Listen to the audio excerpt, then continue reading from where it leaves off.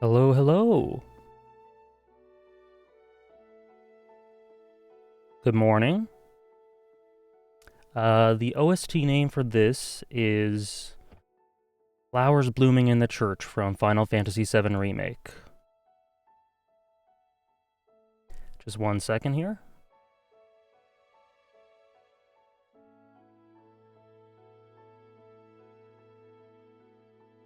Perfect. All right, how's everyone doing? Good morning, good morning.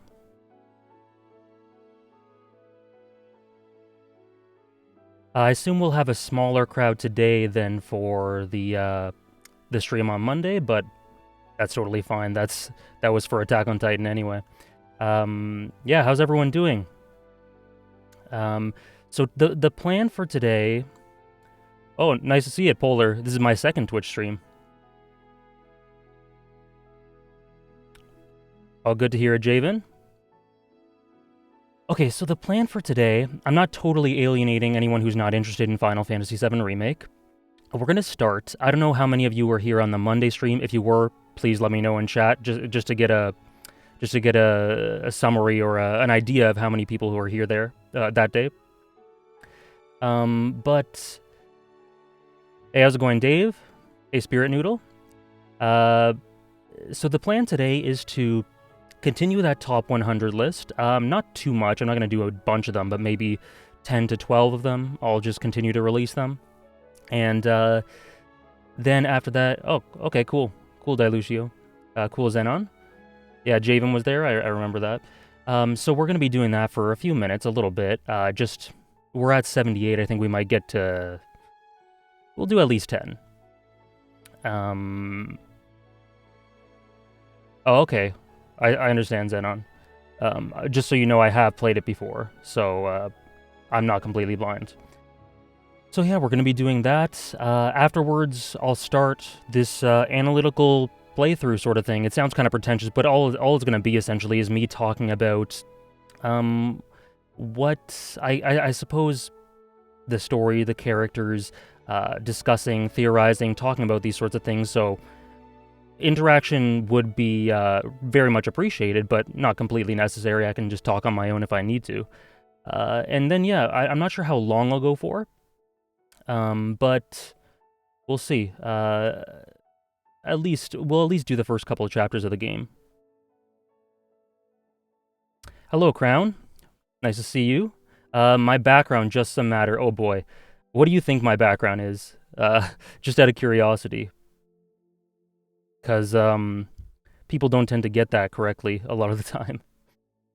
But yeah, that's the plan. For anyone who's Mediterranean, not quite. Yeah, my ethnic background. Mediterranean, not quite. I'm a mix of like 8 to 10 different cultures prominent in my background. So I'm Portuguese, British, South American, a little German, Italian, and my mom's Indian as well. And I think, so like a half dozen prominent ones. A fellow Brit, yeah, kind of.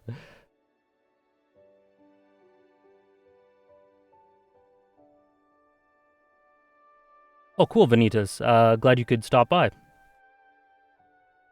Cool, cool. Okay, so I think we'll get started. Been about 10 minutes, so why not? I am a mixing bowl. I'm a melting pot. So yeah, let's just get started, I suppose. Let's get into the top 100 we got over here. So, just to recap, this is my top 100 fiction of all time. All sorts of stories, everything. Everything I've experienced in my life.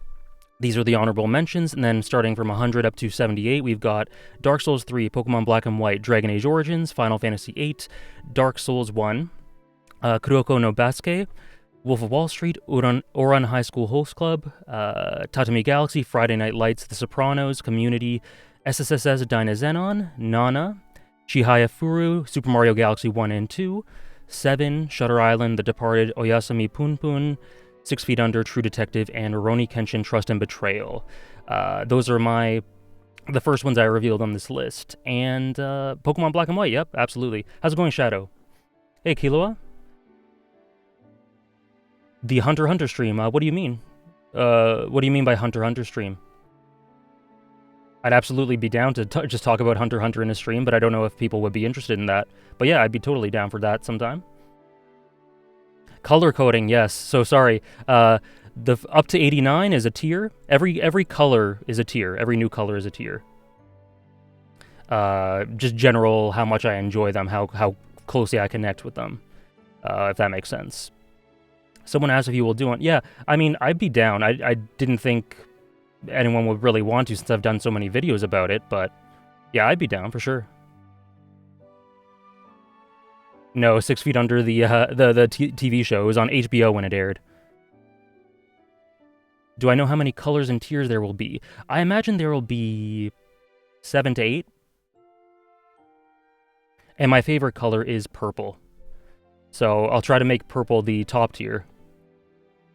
Yeah, so I'd be down to do a Hunter x Hunter stream, just talking about it in general for anyone who wants to. But yeah, okay. So I think we'll continue.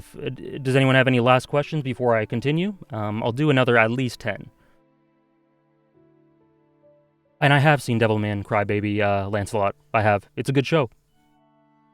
I haven't seen Devilman or read Devilman, though, so that's my only exposure to the original story. Where is Hunter x Hunter and Final Fantasy IX? Who knows? Who knows if they'll make it? Okay, so I think we'll just start. So let me just get this out here. Yes, Dawn. Absolutely. I'll definitely do reactions to Arcane Season 2, for sure. Like, not even a question in my mind. Hey, Joshua. Going really well. Glad you could stop by. It's going really well. Hope you're doing well, too.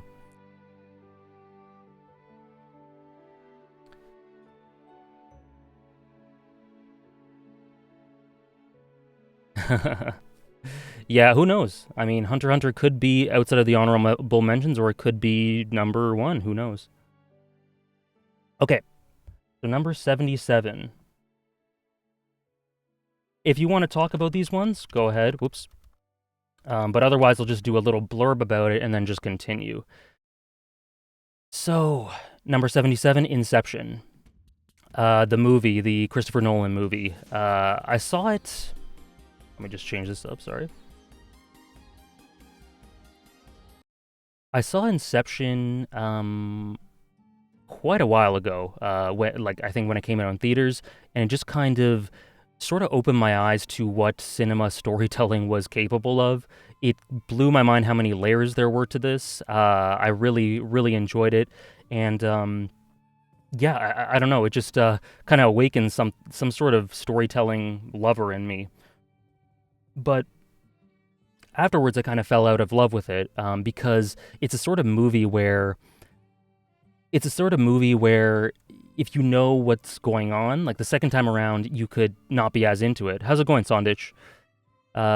Slayer, first time chatter. Nice to see you guys. It's the sort of thing where if you know where it's going, a bit of it can be lost on you, sort of the magic of the story.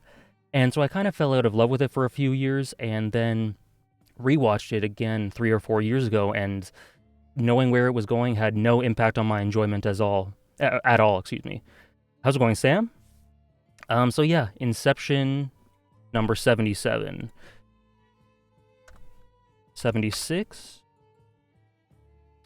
would be Megalobox. Not sure how many of you guys have seen Megalobox. I assume a few. But this is number 76. Season 1 would have put it in sort of the boundaries of the top 100. Season 2, Nomad, elevated it a ton. It sort of developed the main character in ways that I never thought it actually would. It's that's every movie for you. Yeah, Season 2 is awesome. Xenon, you should definitely watch Season 2. I think it's a step up from Season 1, personally. It's like... Season 1's an adrenaline rush. Season 2 takes a step back and looks at the consequences and ramifications of that adrenaline rush. And sort of... It criticizes the attitude of our characters from Season 1, whereas I'm not going to spoil too much, but a lot of the philosophy there was... a dance with a devil, going in, trying to achieve your dreams no matter what ramifications there might be, and still wish for some sort of actual Ashita no Jo though. Yeah, I mean, I guess people who were hoping for that were kind of disappointed or didn't get exactly what they wanted. But regardless, I thought Nomad was amazing. Everything it did for Joe was kind of more of a force of nature than a character, if that makes sense. In season 1, in season 2, he became much more human, in my opinion, much more just layered and rich. I'm amazed you can come up with a top 100. I can barely remember 10 titles that left a lasting impression on me. I'm just weird. I have not seen Osama ranking, but I do want to. Akinuts. Anyways, Megalobox, awesome. Number 75, a very popular one. Oops. Fullmetal Alchemist Brotherhood. So this would have been maybe a little bit higher up a few years ago. As it is, why is it going to hurt some people? Because it's lower. Because it's 75. It's not super low. Anything that's in my to clarify, anything in my top 100 is something I really, really enjoy. If we're getting into 75 now, it's something I love, genuinely love. So this is no knock on Fullmetal Alchemist Brotherhood at all. It is one of those stories that I might not post this on Twitter if people are gonna be mad about this one. But it's one of those stories that it ticks all the boxes. Like maybe it doesn't tick every box in a 10 out of 10 way, but it pretty much everything you want in a story it does well, at least. Too high. Deserves top 50. Well, for other people, I mean, this is my list, right? Everyone values different things. It's got an amazing, well, in the moments it prioritizes, it has amazing presentation. Generally throughout, I think it's very solid. I've seen some people criticize it. I think it's very well presented throughout, very well directed. Some of the fights are the best spectacles I've seen in shonen anime at all. It's just all around super solid from a production standpoint. And then the writing is very thematically rich. The cast is really, really good. Ed is a fantastic main character. Alchemy, everything to do with Amestris, the plot, everything just really sound and really well done. It's Manuelito. It's my favorite anime of all time, but I understand anyone that doesn't like it much. Oh yeah, the comedy. So the comedy is probably my biggest problem with it. It's just tonally jarring a lot of the time and unfunny. The short jokes that get repeated. So that's probably my biggest problem with it. But in the grand scheme of things, it's not a huge problem. I don't think it's any huge indictment on it. And then the comedy comes in. Yeah. Yeah. So, but even still, I think it's an amazing, amazing story. And 75 is not a knock on it in any sense whatsoever. So yeah. It was probably way better made, but somehow if I had to rewatch it, I'd go with the filler's first one. Oh, okay, I see what you mean, Vanitas. I have not seen BoJack Horseman. D. Grayman, FMAB, and Pandora Hearts kind of have the same issue. Really? I haven't read or watched the latter two, but I think I did hear that about Pandora Hearts, despite it getting rave reviews otherwise. That's interesting.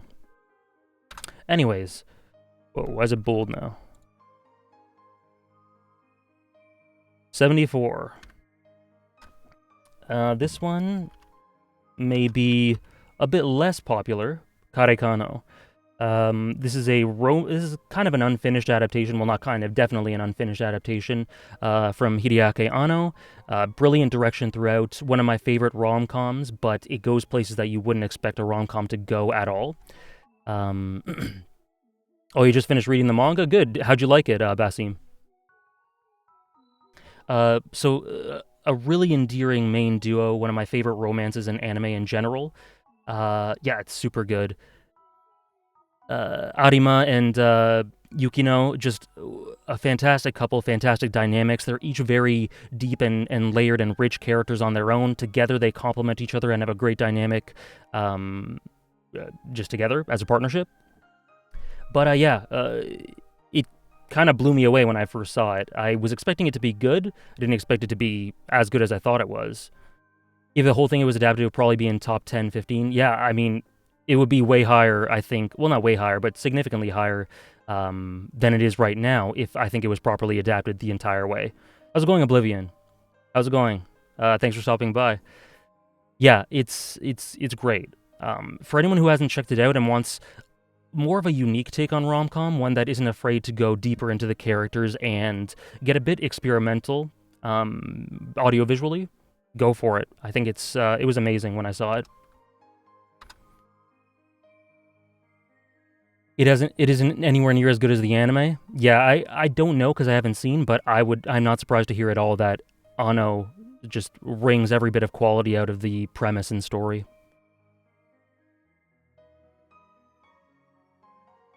Oh, okay, cool, Basim. Glad you're enjoying them. Karekana was the short Shinbo one. Oh yeah, Shinbo. I don't think Shinbo had anything to do with it. It was Anno. Unless I could be mistaken, but I don't think he had anything to do with it. Okay, 73. This might be a bit low for some people as well, but Sangatsu no Lion, or Sangatsu no Lion. Sorry, I've never pronounced it out loud before. This one, I have a feeling I don't love it quite as much as a lot of people. Because it's just been a consistent solid 9 throughout. You hoped it would be my 69th. It's been a solid consistent 9 throughout the entire run. I thought it was. I love how the first season's. It's very tight and efficient, and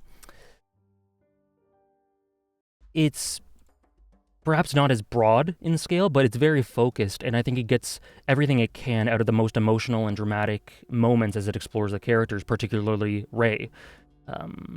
Rewatch will bump it up. I think it could. That's one of the ones I really need to rewatch. Finished Hyoka this week. Such a superbly directed show. Fantastic. Loved it thoroughly. Glad to hear it, Stardust. I think you were in my YouTube streams, and this is the first Twitch one. Glad to have you here. Yeah, Hyoka's an amazing slice of life, but perhaps we'll get to it in a bit. Berserk is going to be 69th. You think Berserk's going to be that low? I don't know. You really liked it, but it felt so heavy-handed for me, and I didn't enjoy it at all.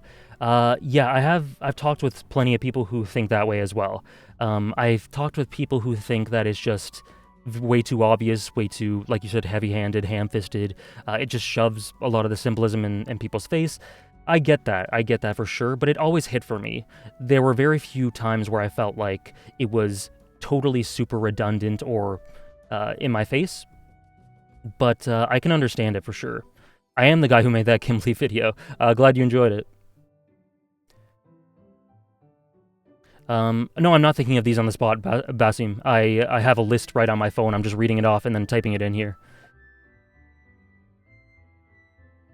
You think it's going to be top 20? Okay, well, we'll see. Interested in where Breaking Bad will be. Who knows if it'll be there. Anyway, Sangatsu. So I think the main kind of minor flaw I have with it is that sometimes in Season 2 it kind of takes its time a bit. I think it's a little inefficient. The pacing's it's a little padded out. That if I had to go, like, really fishing for something to complain about, then that's what I'd say. Funny story about it is I actually was watching one episode from the Bully arc, and the way it was laid out on Crunchyroll, it was episode, like, for example, episode 4, 5, 6, and then 7, and then 8, 9, and then 10. So it was rows of 3. I was on 1, and then I skipped a row. So I missed, like, 2 or 3 episodes and clicked on the wrong episode and started watching it. It took me legit 5 minutes or something to realize that I had skipped 3 episodes because it covered so much of the same ground that I had looked at before. It wasn't really new information. So I thought that was kind of funny. So the pacing can be a little ponderous, I think, sometimes. Aside from that, I have no real problems.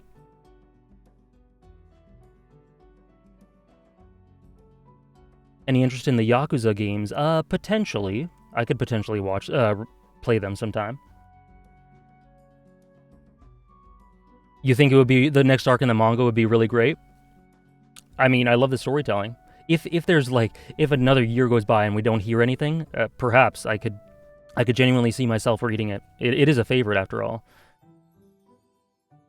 Oh, you didn't expect it, Complex? Hey Bernie, how's it going? Excited for Elden Ring? Absolutely, absolutely. Interested to see where Haikyuu is gonna be. Ridvik, where do you think it's gonna be? Yeah, I trust that the next material is really good, so I do hope they adapt it. Top 10, top 30, top 3. Will Amori be on the list? You're gonna have to wait and see. Anyways, that's 73. 72. All right.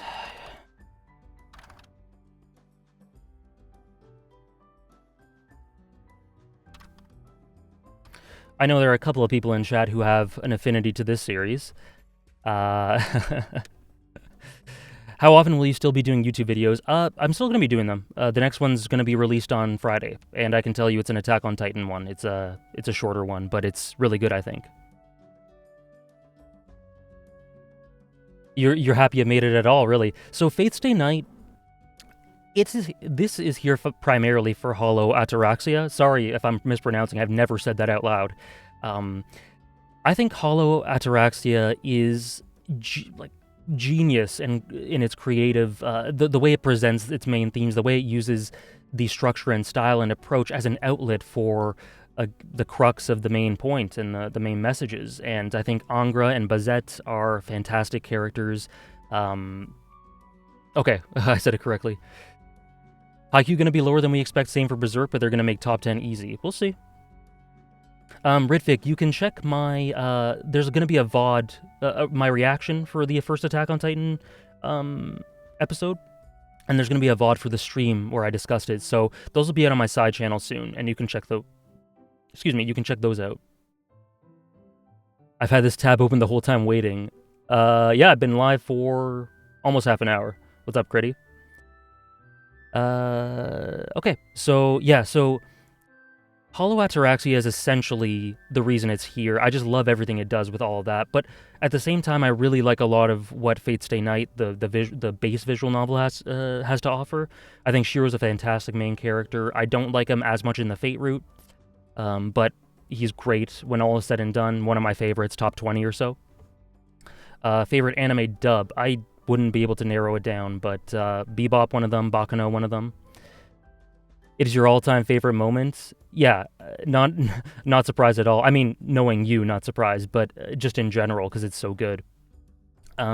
Just altogether, it's generally a really well-written, well-presented series, not without its flaws and redundancies, I think, that tend to be very characteristic of visual novels a lot of the time. Even my favorite visual novels are like this. I do have some problems here and there, but overall it's a fantastic story with tons of all-time favorite characters, just very solid all the way through. Nasu's great when they're not writing porn scenes. Hey Kevin, thanks very much. Thanks for stopping by. Thank you very much. Archer versus Shiro. Do you mean the scene, or do you mean which character's better, Critty? The scene as being peak, or which character's better? Nasu Kinoko, yep. When he's not writing porn. Thoughts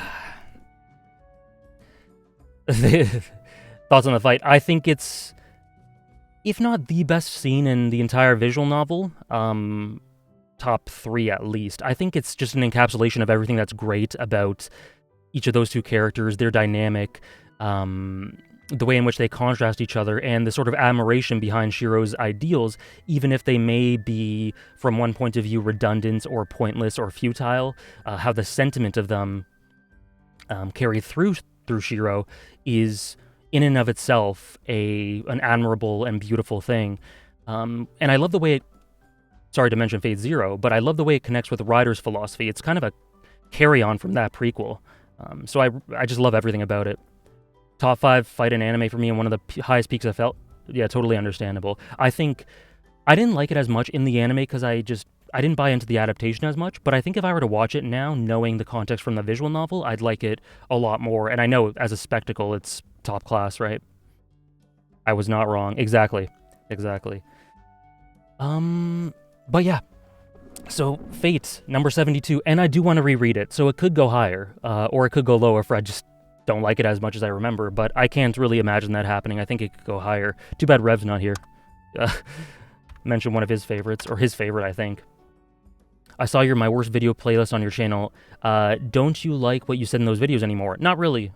I mean, I do think I said some good things in those videos, but overall, I think I've either made videos that are better than them, that renders them pretty much void, or I've just made lots of mistakes, or they were lazy, or not very insightful, or something like that. But I keep them on there because people still like them, and I do like them, even if I think they're kind of bad. Basim, you're going to have to look up a guide. I'm not an authority on the Fate series. I don't want to tell you how to get into it. There are lots of different opinions on it. This last Stardust scene is a good adaptation of the visual novel without being direct. Yeah, there are parts of UBW that I think... yeah, exactly. Every 6 months. Maybe I should be cringing a bit more often, because it's not quite every 6 months, but... there's some aspects of the UBW anime that I think capture the spirit better than any other adaptation, including Heaven's Feel. But then there are other parts that I wasn't as big a fan of. So it's an interesting situation.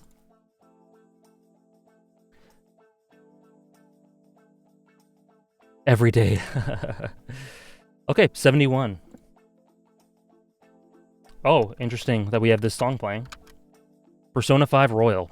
My 71st favorite work of fiction.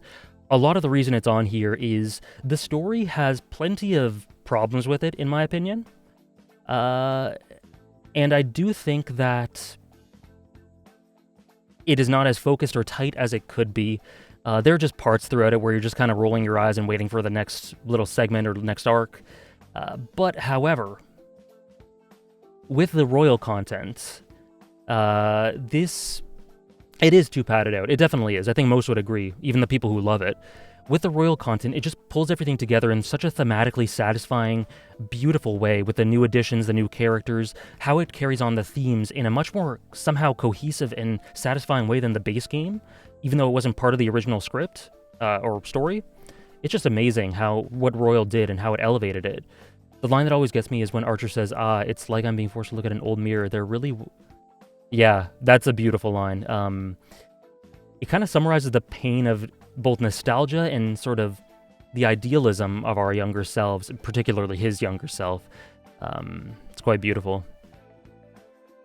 Would base Persona 5 make it on here, or just with the additions of Royal? I think base Persona 5 would be here because it's one of the best presented video games I've ever played, and the presentation in itself makes it a good game, and then the story itself is good, even if it's flawed, and I like a lot of the characters. It would be around 90 to 100 without Royal. But with Royal, it's elevated quite a bit. And Dani Baba, I have not played Strikers. Stardust, yeah, I totally get that. Yeah, Royal and Maruki just take the premise and the concept that was executed well towards the end, but I think stumbles a lot in the middle, and just... it emphasizes it so well. It takes it to its furthest extreme, and it just presents it in such a dramatic and satisfying, emotionally satisfying way. Maruki is the best thing that happened to this story. Persona 4 Golden is your personal favorite. That's a great game too. Didn't quite make this list, but it's definitely great. Hey Queen Tofu, how's it going? Thanks for stopping by. But yeah, it's Persona 5 Royal number 70. Yeah, I think that's how I'd sum it up. My favorite characters are Maruki, Akechi, Yoshizawa, are probably top 3. Yusuke and Ryuji round out the top 5, I think.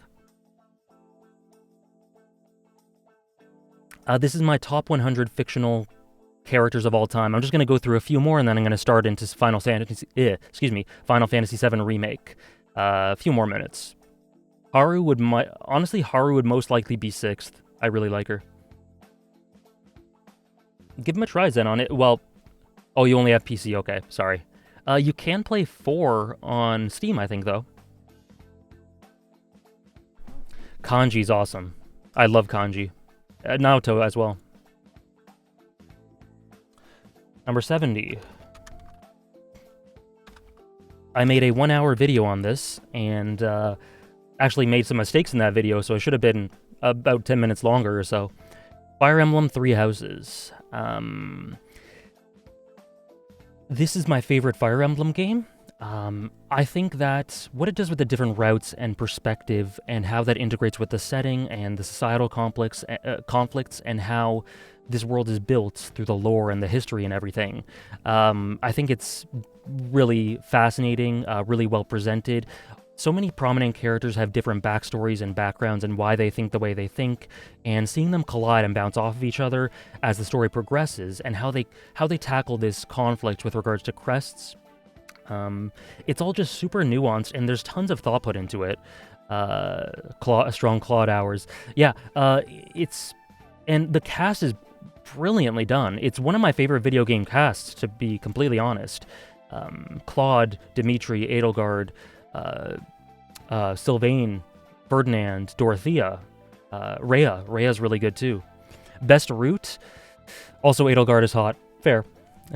Best Root is a top 100 characters in fiction list something you'd ever consider doing? Maybe consider it, but at this moment, I cannot narrow that down at all, let alone rank. The best Root, I think, my favorite cast was in the Blue Lions. Very close behind was the Black Eagles. In terms of the story, though, I think it's Blue Lions. I'm pretty sure, but it's very close. It's very close, and I really love what the sorry, what's Claude's Golden Deers? I think Golden Deer. I love what the Golden Deer route does as well for giving perspective to the whole thing and sort of contrasting both of them. It's just really well structured. It is kind of clumsy and rough because sometimes like the way the cutscenes are presented just kind of looks ugly. The UI just kind of looks ugly. The dialogue box and how everything, there isn't much cohesion visually, but that wasn't a huge deal for me. You can't sub here because I'm not an affiliate yet. This is my second stream ever. I need to do 7 streams within a month, and then you can do subs. I appreciate it, though. Thank you. Is the Monogatari series going to be on the list or no? You'll have to wait and see. I have Trope Black. I have seen stuff from it. It's wonderful, and I'm very jealous of people who've been able to go.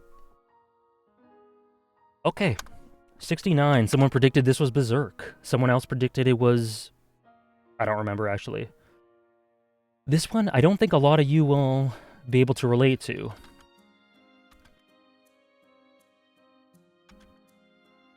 So, just a quick show of hands, who has actually watched this, or maybe even knows about it? Who knows about it or has watched it? Because, you have? Seasons 1 to 5. Okay, so they're... Okay, cool. Okay. There are much more people than I know. You know about it. Hey, Gil, how's it going? Have I seen Hannibal? I have. Okay, sorry. I guess my radar was way off. I thought that way less people knew about this series or had watched it than actually did. Okay, so before I talk about it, you guys who have seen it, what do you think about it overall? Or what do you think of the first 5 seasons? Or 5 seasons, yeah. Entei, it is not. It is not. Sorry about that. You watched up until season 8 or something like that. Love how you specified the seasons. Yeah, I mean... You loved it from seasons 1 through 5, then I most certainly did not. That's very relatable. I'm not saying that the seasons after that didn't have their highlights, but it was definitely different after season 5. So, unique for its time. That's definitely true, Julian. Oh, did you watch the video, Shadow? They do, Critty. They milk those things till the bitter end. So Supernatural has a very defined, tightly focused, progressive story that just is genuinely very well plotted. There are some misses in the episodes. There are some duds that are just not good at all that you can definitely skip on the way there. But in general, each season introduces new concepts, builds upon them, expands the world, expands the plot, and from season 1 to season 5, the difference in scale is just completely insane. But it feels very genuine in the transition to getting there. It doesn't feel jarring, and it just is expertly plotted in that way. So my favorite would be either season 5 or season 4. It just keeps getting better and better, and as far as I'm concerned. And there's the emotional bond between the brothers is there to hold everything together when things are going kind of crazy. That's always there to ground the series, and they are two fantastic main characters. I would never say anything different. But after season 5, they changed the writers. You can very clearly see that there was a plan for the first 5 seasons. Then the original writer, Eric Kripke, left the show. Then other people took over, and it just, what the hell even happened? What the hell just was going on? It was completely random. Every season was distinct from one another and seemingly inconsistent. It just didn't feel like it was well thought out. Some individual episodes were great, and they had that supernatural feel, and you could tell the quality was still there, but it was way too inconsistent, and it just clashed with itself. There was no consistent plan whatsoever from season to season. Did you ever finish it? I couldn't. So I watched the first 5 seasons, saw season 6, very disappointed, season 7, even more disappointed. Season 8 was a bit of an improvement, but by that point I was in university, and I was just going, I don't really want to spend my time on this. So I stopped. I came back to it around season 11, 12, stopped again, and then I watched the last couple of episodes of the whole series, just to see how it ended. So that's my relationship with it. The openings for the shows are great. But yeah, so season 1 to 5 are great. I rewatched it and I found some flaws that I didn't really see before. The dialogue is genuinely very clumsy in very bad places here and there. And I'm not a fan of that. But overall, it's still a great show. It holds a very special place in my heart. Yeah, Critty, there are 15 seasons, and they should have stopped after 5. But yeah, so the first 5 seasons, definitely a strong favorite, or at least a moderate favorite, one of my favorite TV shows. But it is full of flaws, not just outside of the first 5 seasons, within them too. It's just the quality makes up for it for me. Anyways, I didn't think that many people would have watched Supernatural. That's cool. So I think we'll do... I don't know where I should stop. I just want to do a few more minutes before starting. I think I'll end on 64. 64 or 65 I'll end on. So 68. Have you heard of this one? Death Note.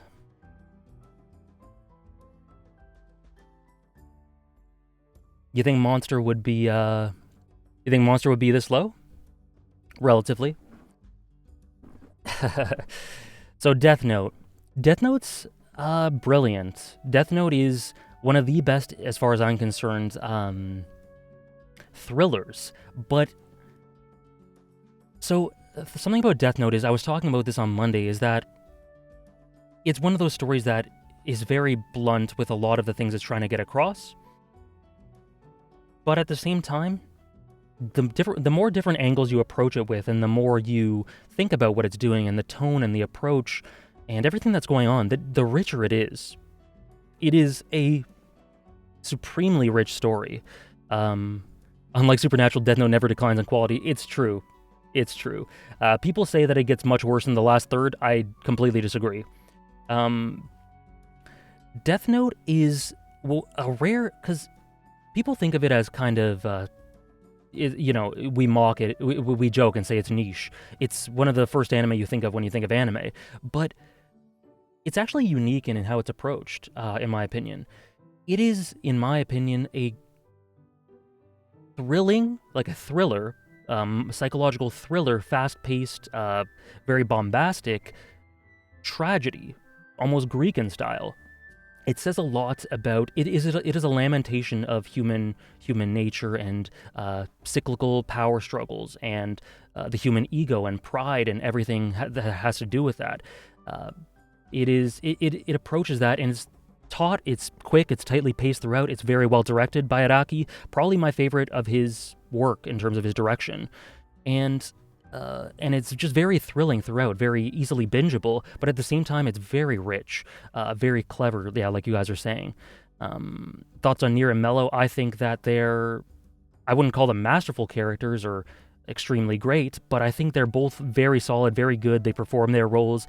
I don't think that they left a gulf in the show or a black hole in the part where they're introduced, like people tend to say, at all. I think I think they completely fulfill their roles, and I think they're awesome.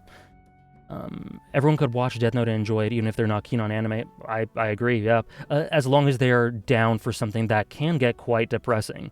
That's the only thing I said. Like, one of my friends was going to watch it, and she wasn't into how... Because it does get kind of morbid. It does get very heavy. And there is some respite, but the subject matter can be a bit much if you really immerse yourself in it. So that's the only caveat, I think.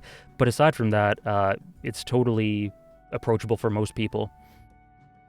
Most unique yet cohesive stories in anime and manga. Nothing quite like it, but it still feels so right. Absolutely. It is well worth the legacy and place in anime folklore that it has. That last shot of Ryuk looking down at the city is so peak. Totally agree, and that is, in my opinion, an encapsulation of the end point, the end messages of the series. I made a video on it for anyone interested. But yeah, it's just beautifully directed, beautifully presented, great story in general. Its ending is so good. Absolutely. I love the ending. I haven't read the one-shot, though. Okay.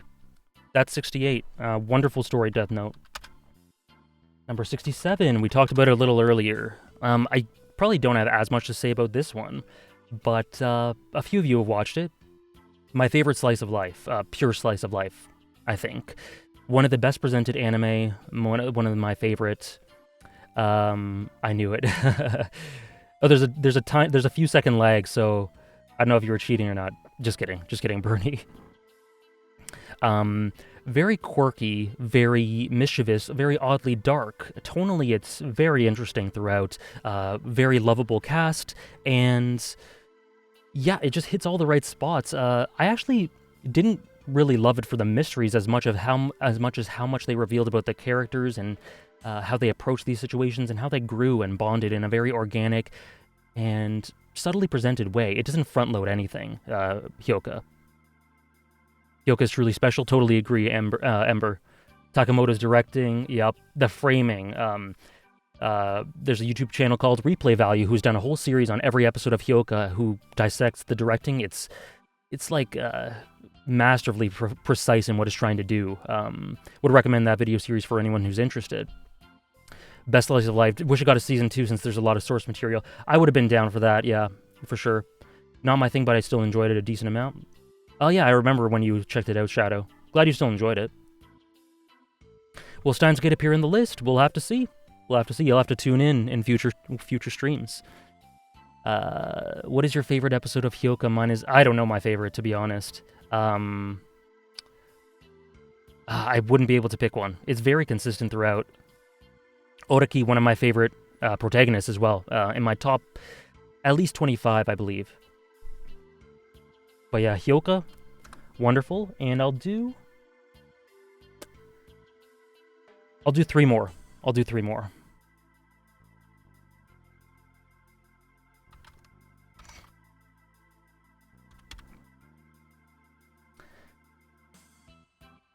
I scream, you scream. Yep.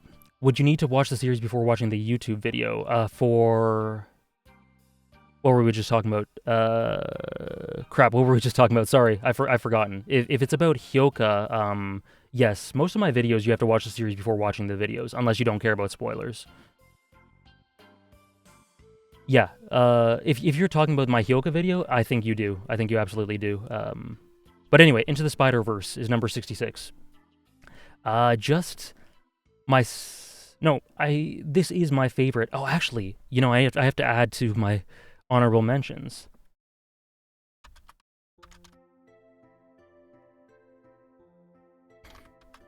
Can't believe I didn't have... Oops, Sammy. Can't believe I didn't have this.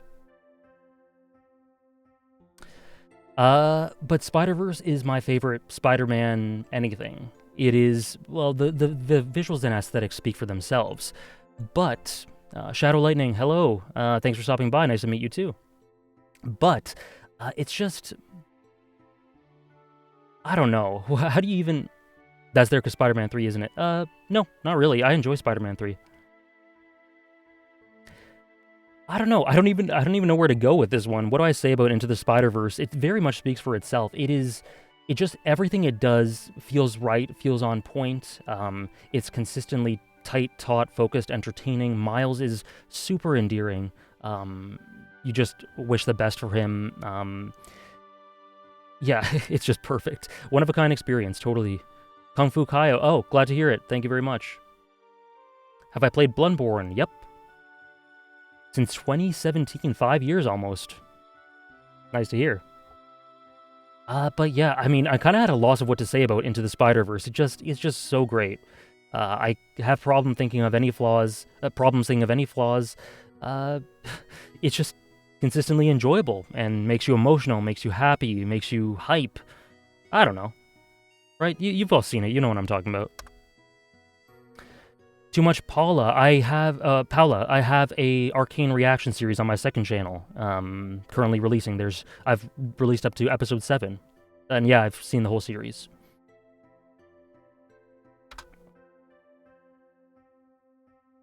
Okay, so Spider-Verse is a great standalone Spider-Man that captures the feel of the original Spider-Man and is approachable by newcomers. No flaws yet, pretty much. Exactly. Zigludo-sama. First-time chatter. Yeah, What's Up, Danger? One of my favorite scenes in movies, in film, completely, like, full stop.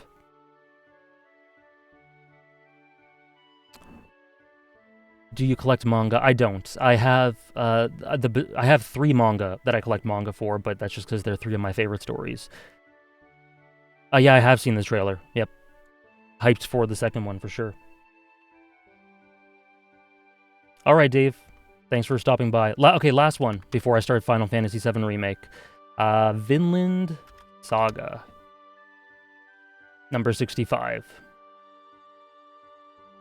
That man was built like a juggernaut. Jamie Faluda? It's Haikyuu, Berserk, and Attack on Titan. Vinland Saga, this if I don't specify, it's for both the anime and the manga. So I am one of those people, one of those plebs who think it declines after Farmland. I do think it's just not the same quality. I do think it has plenty of highlights and it remains thematically consistent, but I didn't enjoy it as much. I do think there was a bit of a drop-off. It would be higher if I didn't think that. However, regardless, it is still one of my favorite anime manga stories. It just captures it is such an admirable thematic message executed in such a appropriate and dramatic and pathos-driven way. Thorfinn is an amazing main character. A lot of the other main characters, Askeladd, Canute, Thor's and Einar, I love them as well. Actually, Askeladd's my favorite in the entire series. The art is spectacular. It just does a lot of things that you want a story. This sort of, it's not a. Have you seen Daredevil? Yes, I have, and no, it's not on the list. I do think the tonal shift is a direct response to Thorfinn's character. I absolutely do. I understand why it was done that way. However, I don't think it was implemented with the same quality that the rest of the series was. I understand why they did it, and I'm very much for that tonal shift. I just am not a fan of the way in which it was executed. Hopefully that makes sense. It's dramatically better than most other things, but Farm Arc is just crazy good. Yeah. Yeah, so I totally am with everything that they were doing in terms of the direction it went in, but I'm not totally with, oh, whoops, I said trilogy. I'm not totally with, the specifics and the approach in the micro situations. Too much slapstick for me. Basim, I have checked out Vagabond. I read about 100 chapters. It was really good. Would you say that Berserk's tonal shift is a better execution of it? Absolutely, Shadow. Absolutely. Berserk is the textbook example of how to do something like that. Because it's more gradual, I think. But it's not... Vinland Saga does this too, where it goes back to where it was in the darker stuff, to not let you forget where it's been and where it's at now. But Berserk, I think, just does it... I think there are lots of ways you can explain the specifics of why it's more effective, but I just think it's more gradual and more... It puts more weight on the prior experiences, in my opinion. Both do both don't lose sight of what they are in the first place, but Berserk, I think, it being more gradual made me buy into it more. I have not seen Dragon Ball Kung Fu Kaio. Hopefully that makes sense. I agree, Ridvik. Absolutely agree. Puck takes me out of the experience sometimes. Yeah, that's the only real criticism I have of Berserk, the chibi Puck and Isidro humor. But does that make sense, Shadow? Just essentially it comes down to it being more gradual and the basis of that core darkness being not being forgotten to a greater extent than I think Vinland Saga. Don't know if you guys agree, but that's how I feel. I really hope Arcane is somewhere on this list. I mean, have you been watching my reactions, Giyazaki cosplay? Yeah. I love Puck, but his fourth wall breaking is really too much sometimes. Yeah, it's very oddly placed a lot of the time. It's the only blemish on Berserk as far as I'm concerned. You need to watch Dragon Ball just for the culture. Maybe one day. My question is how high Arcane is. Maybe it's on this list, we'll see. But I think that's all I'll do for today. Yeah.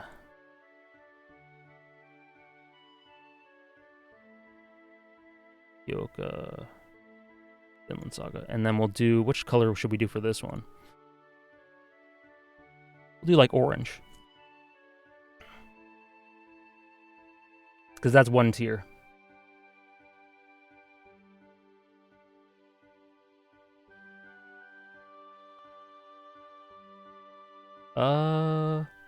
Wait. Okay, there's a miscount somewhere, because it's 66 here and 65 over here. Not sure, I'll look at that after. I've watched up to Arcane episode 6 and it's really fucking good. Yeah. Yeah, it is.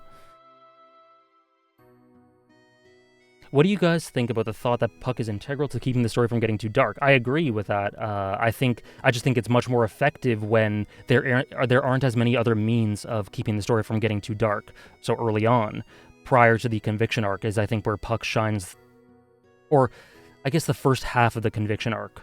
Up to the first half of the Conviction arc is where Puck shines the most.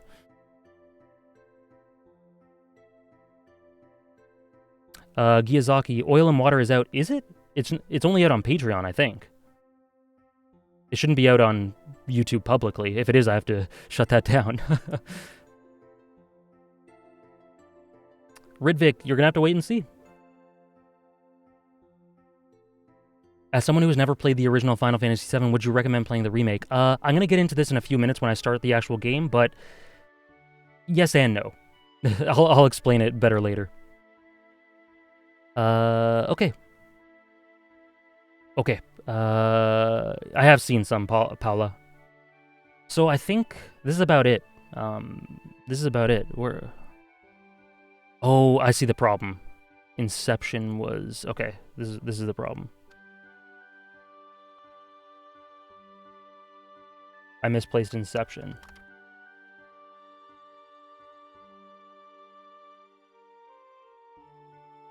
Oh, no. Whoops. I don't know what happened there. Anyway. Man, your face looks so stupid. Okay. All right. Spoilers. Yeah, I kind of spoiled it. Anyway. I'll fix this after. Anyway, that's the list. That's the list. So that was the segment for the list for today.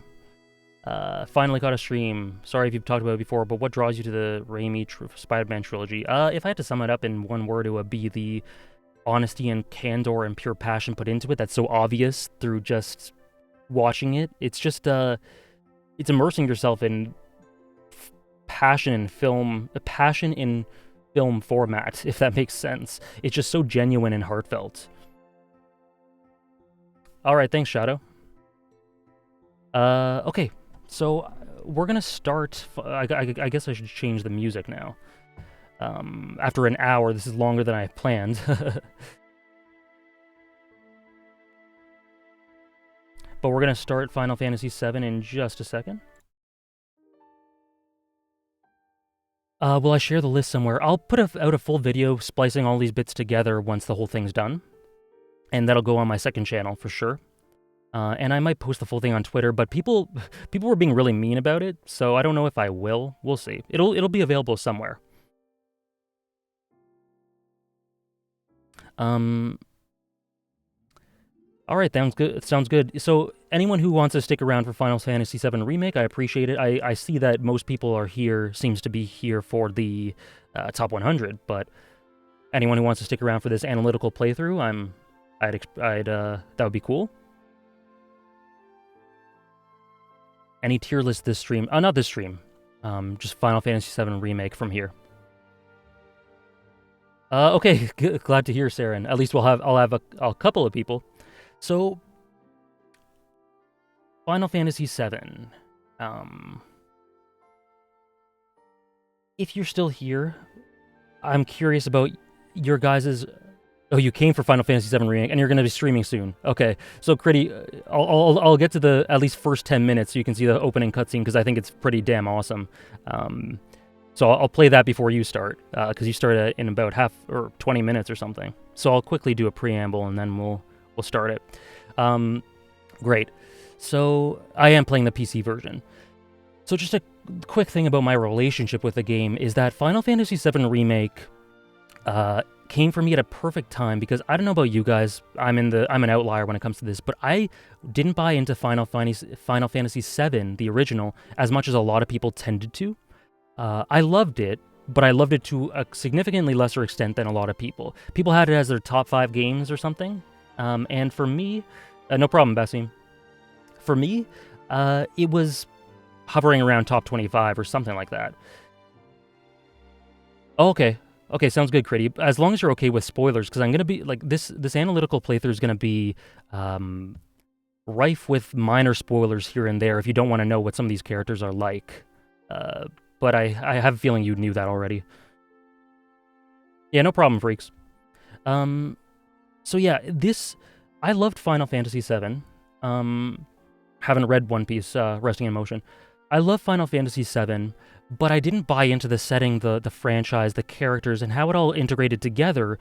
Even though I could tell it was genius, it didn't appeal to me on an emotional level quite as much as I felt it should have. Final Fantasy VII Remake completely changed that. It completely changed everything I felt about the franchise as a whole, and made me more passionate about it than I ever have been. I made a 200-minute video about that series, and I haven't done that for any other series. So that should indicate how passionate it made me feel about this whole story, how much I bought in. What's up, Asorio?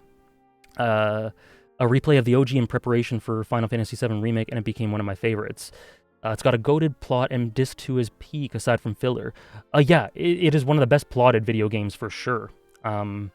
Absolutely, and how it integrates with the character work for Cloud and Sephiroth and all that, and Genova, it's super skilled. It is probably the best Final Fantasy plot, one of the best video game plots. It's just so well presented. Final Fantasy VII Remake made me care about the characters way more than the original did. Yes, like without question. The characters are so full of nuance and emotion and just richness. The voice work, the localization, the translation is much improved. All of that is so much better in the remake because the original, the translation for it is quite sloppy. Not due to the fault of the person who translated it. Their name escapes me. But because of the conditions and the restraints put upon them while they were translating. The translation isn't firing on all cylinders, which then dilutes, I think, a lot of the character work. I will be playing the English dub. I think that it's really good, personally. There are some moments here and there where the lines feel a bit stilted and awkward, but I think it's still really good. And yeah, so it essentially enhanced my love for this series as a whole. And I really appreciate it for that. It did everything I wanted it to. Sorry, Alec, one more quick question before I leave. Have you checked out Hollow Knight? Yes, I have. I've played it. No worries, Basim. Thanks for stopping by. But yeah, so that's essentially my relationship with it, why I appreciate it so much. And I'm delighted that I'm able to do this sort of thing, and there are some people who are interested in checking it out because it is a very rich and rich story where the more you dive into it, the more you're rewarded. What do you think of Advent Children? It's okay. I mean, there's some things I don't like about it, some things I do. Uh, yeah, you need to get back to it. I mean, it's always there for you, right? Now let's just see. Let me get started here. So you guys are gonna have to help me with the audio. I did test it out, but I adjusted a couple things since then, and so some things might not be quite right. So if it's too loud or I need to balance things, just let me know. Thanks, Oblivion. Thanks for stopping by. Hope you enjoy the VOD when you get to it. I don't think I'll play a huge amount, maybe just the first couple of chapters, enough to really dig into the character work. So from here, just hearing this song, how does my voice balance with it right now? I think it should be fine, but as it gets louder, it may get overpowered. Okay, Josh. Sounds good. Hope you enjoy. Sounds good. Okay, so I'll let this continue just for a minute because it gets very loud eventually. And if it overpowers me, then I have to lower it a little bit. Maybe lessen the game audio a bit. Okay, so if you're already saying that, I do think I have to lower it more. I am watching Sono Bistal. It's good. It's good. Okay, so from here, I lowered it a bit more. Let me know if you can hear me, because this is where it's getting really loud. Hey, Antagonist. Thanks for stopping by. It's good. So we're just doing a little bit of a test. Still good? Still good? Okay. Okay, so I think I'll keep it more or less here. I'm not going to talk over the cutscenes. I'm going to talk before and after them. So I won't have to overpower it too much. Okay, Bernie, you're heading out? No problem. So I'll talk before and after them. I won't have to overpower it too much, but good to know. I think I'll keep it here. If I need to adjust it, let me know. So, see, this is about the loudest it gets. Default? Okay, I need help with difficulty, because this is going to be a story-based playthrough. I'm here to just talk about the story and analyze the characters and themes and all that. I want to do easy. I'm not going to do classic. I want to do easy, but if you guys are super against that, I can do normal. I just don't want to be dying at bosses and things like that when I'm trying to progress and get to more story content. So I do prefer easy, but if you guys are really against that, I can do medium. Oh, whoops, sorry. I'm not even showing it. Sorry. Sorry about that.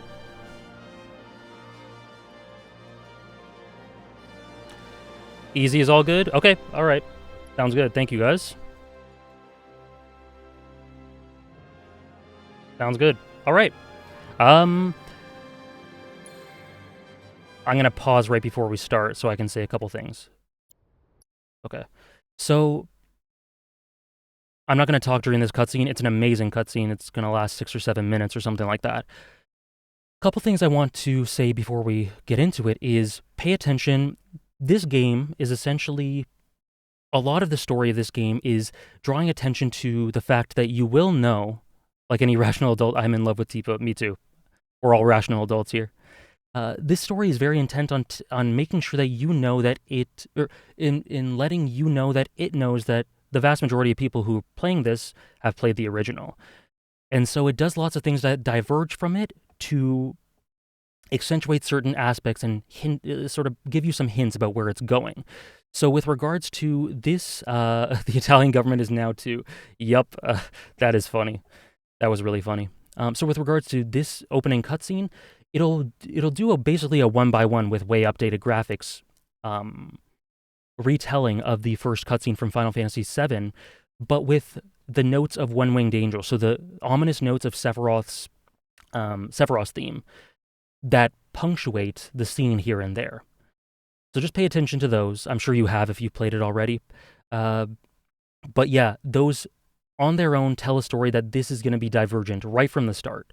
And they hint at Sephiroth's presence right from the start. and the way it interrupts Aerith, all of that. We'll get into it after. But so just pay attention to that. That's sprinkled throughout the entire opening. And then also, it's just really good, this opening, for keying you into this world, what Midgar is like, how it's in this expansive desert and just hyper-populated in this dome, and the societal and cultural differences and the dissonance and the huge gap between these hierarchies.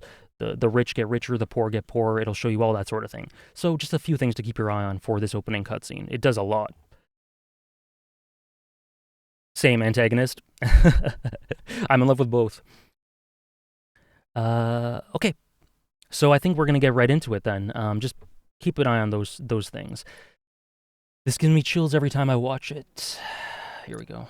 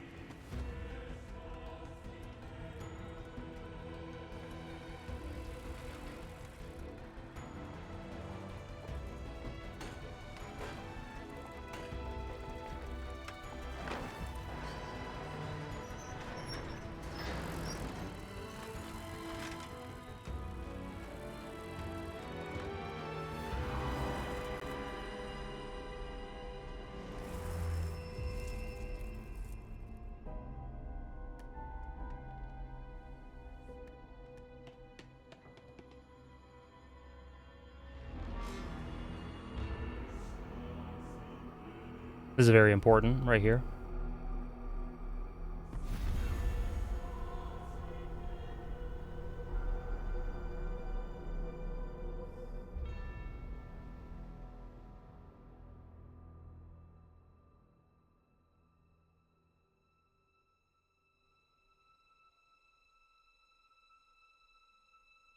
I put it a bit higher, Zielinski.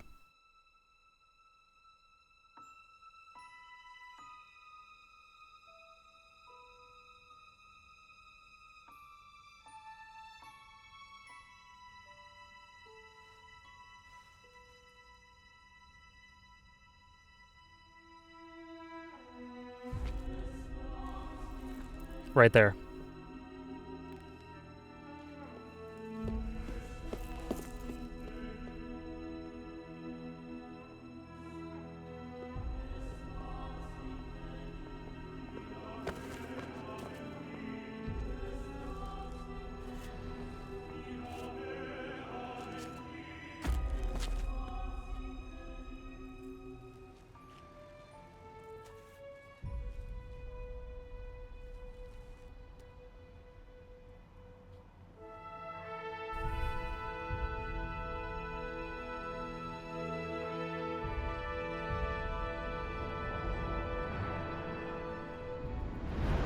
Chills.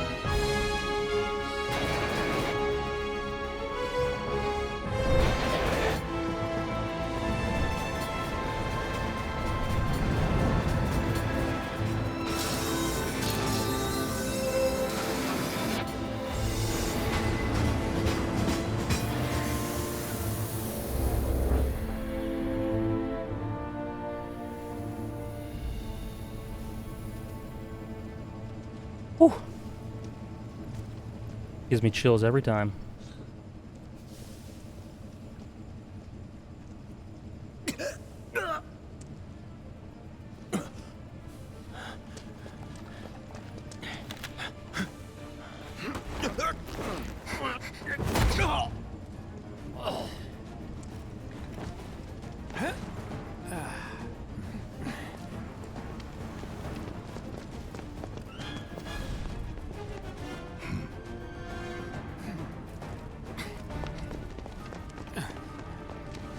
Get down here, Merc.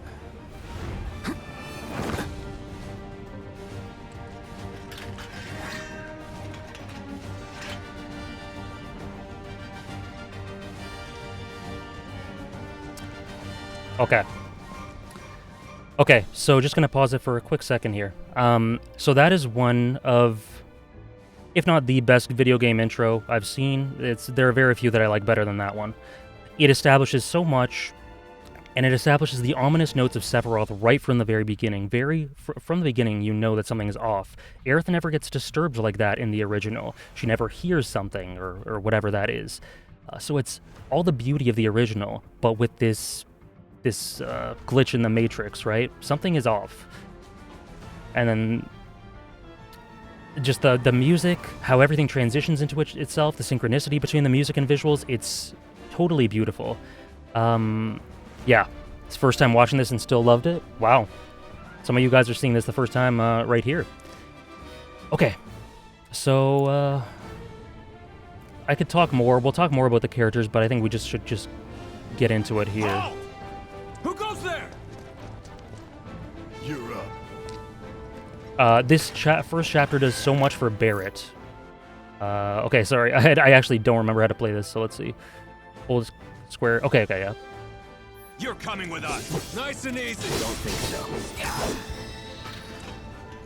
Yep, very good atmosphere. Lighting is quite good, too. There was a very important moment in the intro where a little girl playing ball with her friends looks up at the Mako reactor, the green light you see reflected in her eyes. Very important. So hyped to re-experience the game through you. Only played it a second time a year ago. When will the VODs be up? VODs will be up immediately after this scene, and then on the second channel in a day or two. The music is absolutely phenomenal. Totally agree. Very... like, as good as the original, I think. Just goes in a different direction. Hands where I can see him. So, like I said, this chapter does tons of great work for Barrett. Have fun. And we'll get into that in a little bit. Yep, ATB, yep, got it. Move and we shoot. Go ahead. And then the X commands, yep. Okay. Abilities, let's just do Braver. Not bad. Okay. Okay, alright.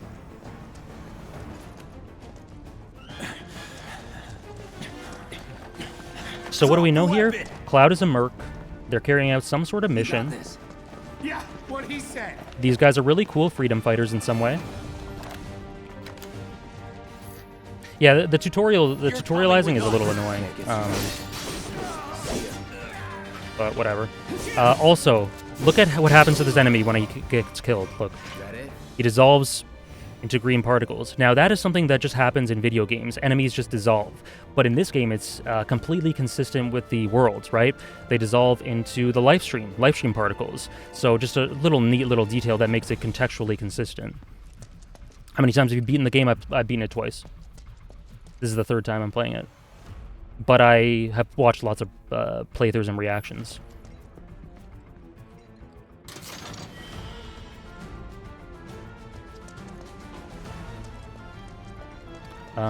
So yeah, wait. Yeah, destroying objects, yeah. Okay, I know all this.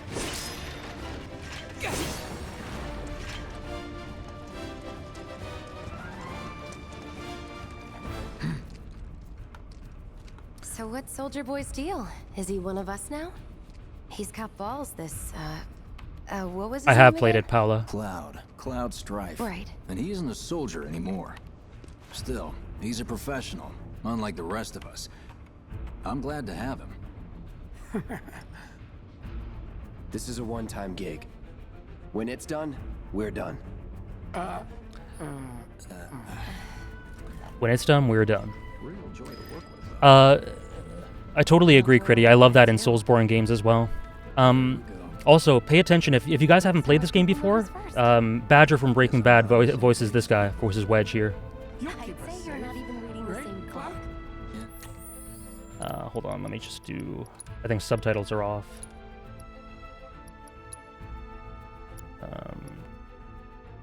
Language? No.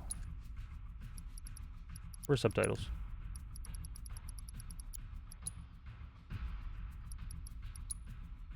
Okay, no, they're on. Enough. We're done here. Or even the same. Very distinct. No, this is my second replay of the remake, Dawn Enjoyer. I played it once to do my video on it. And so I think in the next cutscene, or after this, I'll talk about their characterization a little bit.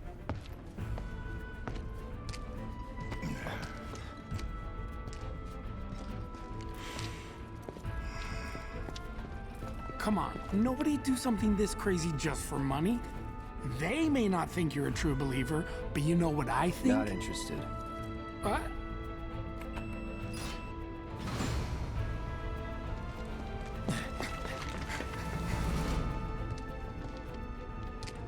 Wedge.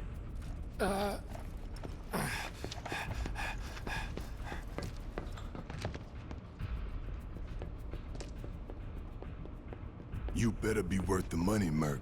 Every last gil. See you, Jamie Faluda. Thanks for stopping by.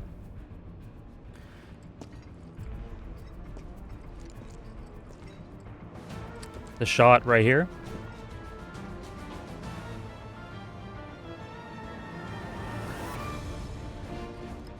Okay, and the music, the way the music synced in there, that was not coincidental. That is part of the dynamic music and audio direction for the game. That is completely intentional. Absolutely beautiful. I understand. Get him, boy!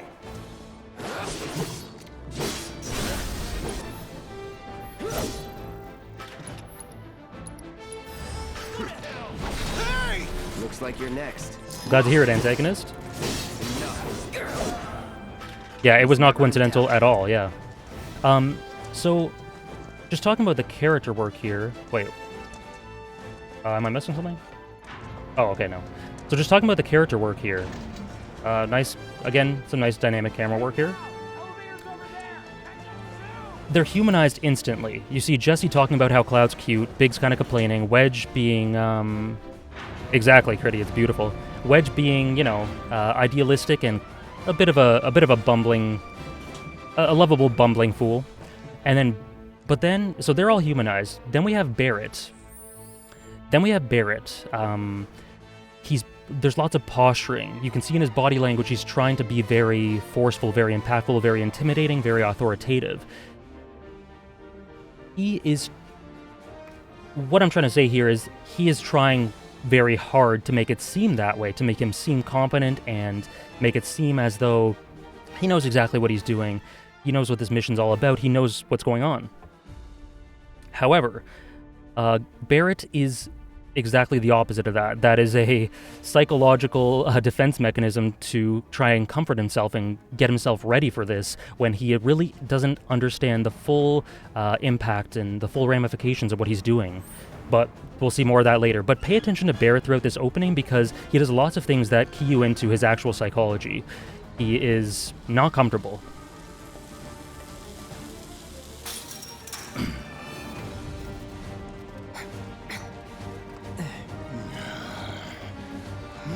Jesse X Cloud? I understand it. Hold on, I want this. I think. Huh. Not so fast. We've got company. Oh, it wasn't that low, antagonist. Job's a job. Oh yeah, I agree, barbed wire. The detail of the visible materia in the slot, some nice menu integration throughout. Just everything's very organic. Brace yourself. And everything's cohesive and merges into itself. There's Very few things are just there for the hell of it.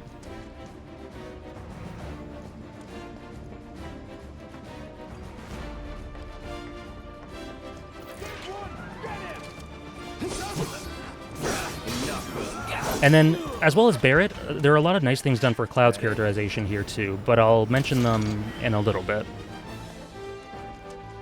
As of right now, all we know is we're trying to do something in this reactor. We're trying to do some sort of freedom fighter shit.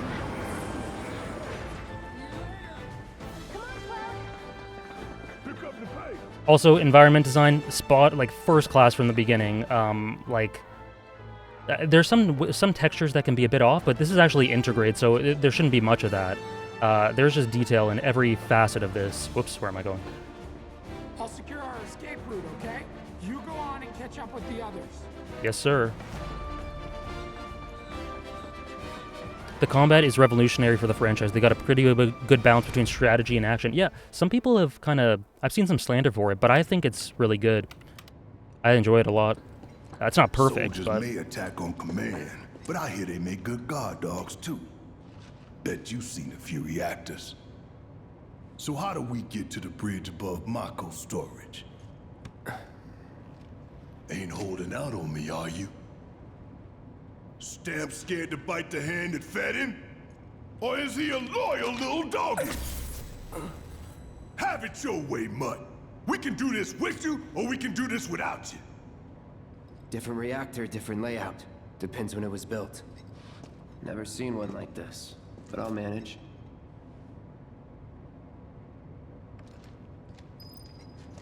Don't you worry. Biggs will have the door open soon. Okay, so from that little interaction, we see that Cloud is a soldier. He's familiar with some of these facilities. He's been here and done that to an extent, and that's why he's on this mission. Whoops, sorry about that. My controller keeps disconnecting. And that's why he's on this mission. Barrett is, again, very abrasive, very blunt and forceful. He's very demanding, and that is an indication of his psychology at this point in time more than anything. 3, 2, damn, I'm good. Who's there? Yes, he is, Critty. Yep. Do you think that's appropriate?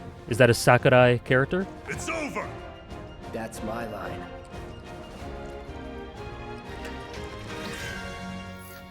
How much they fleshed out Biggie, Biggs, Wedge, and Jesse in the remake. Yeah, I totally agree. That's one of the best things about the remake, how it fleshes out these minor characters.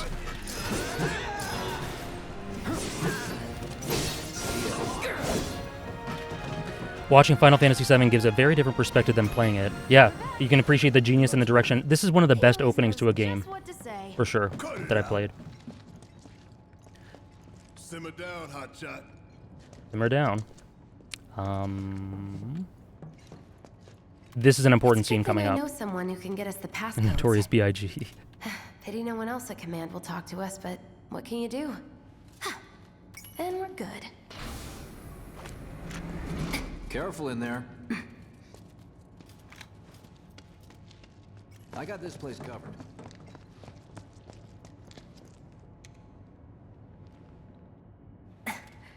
So, you know Tifa, right? It's not really my business, but are you guys close?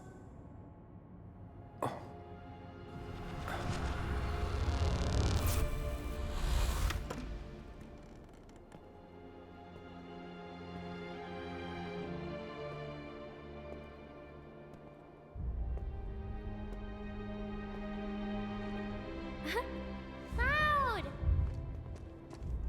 Are you ignoring me? So lots of intrigue laid right away about Cloud here, and whoever this Tifa girl is. Tifa and I agree, antagonist. But this is a wonderful scene, very subtly wonderful.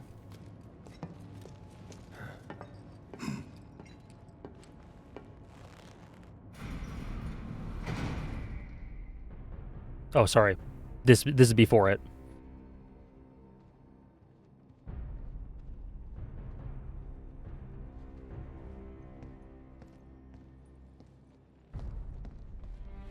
These sewer rats He appear to call themselves He does. Avalanche, sir. We are currently investigating whether they belong to the same group that made the attempt on your life. Rest assured, our inquiries will not take much longer.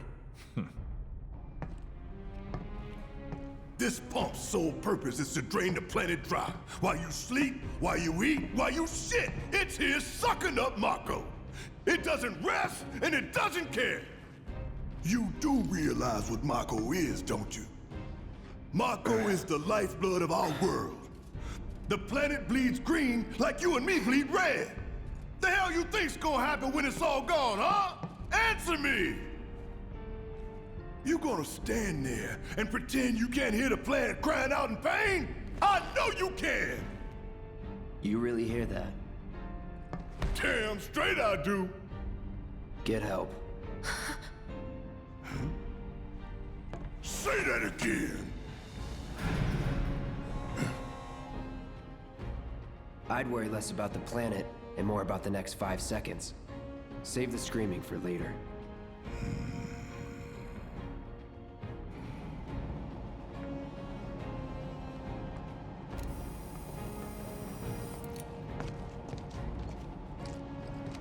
Our lives are on the line now. You listening, Merc? One false move, and that happens. Well, so much for having Cloud do all the fighting. There are some places a sword just can't reach. Just bear with him for me, would you? Yeah. Should have asked for more money. Okay.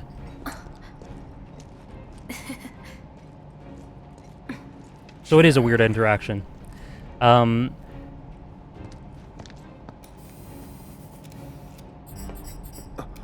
Actually, I need to... I guess I have a little fight to do. So... Right, okay. Gonna throw your sword at him? Let the man with the gun go to work. So Barrett, throughout this... like, he's very erratic. Barrett is incredibly erratic throughout this entire fight.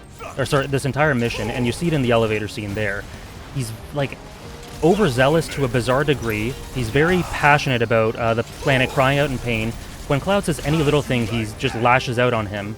And then right after that, like 10 seconds later, he's seemingly overconfident and celebrating and being all giddy about it. Barrett's extremely strange right now, and he's very posturing. And a lot of the interactions here are, like, strange for anyone who doesn't understand him. Jessie understands him and knows what he's doing, but she just says, like, just bear with him. Cloud's like, what the hell's wrong with this guy? Let's go. So the thing with Barrett is that, first, his speech there is good for setting the stage for the conflict here. The planet is composed with Mako. There's Mako everywhere, Mako energy. It's the lifeblood of the planet. It sustains life. It is what the particles that the enemies dissipate into turn into, and it gets recycled in this life cycle, for lack of a better term. So he's talking about that. The planet has lifeblood. I don't know if he mentioned Shinra, but Shinra, the company, the antagonist we just saw a scene with, are sucking it up. They use it and monopolize it for their own means and to power this city. Was that interaction somewhat indicative of Barrett's motivation to fight? Yeah, that's part of it. Yeah, Evil Corp, exactly. Capitalism, etc. So that's the main conflict here for this early mission. That's why they're doing these things. They have these reactors. They have these reactors throughout the city, and these power the city using this Mako energy. They want to destroy the reactors to stop them from sucking it up, right? And doing all this promotes these unfair hierarchies in society, etc. Barrett's very passionate about this, but he's very demonstrative, and he's constantly making these... his body language is way over the top, and he lashes out at any little detail. He's on edge, essentially, is what that is.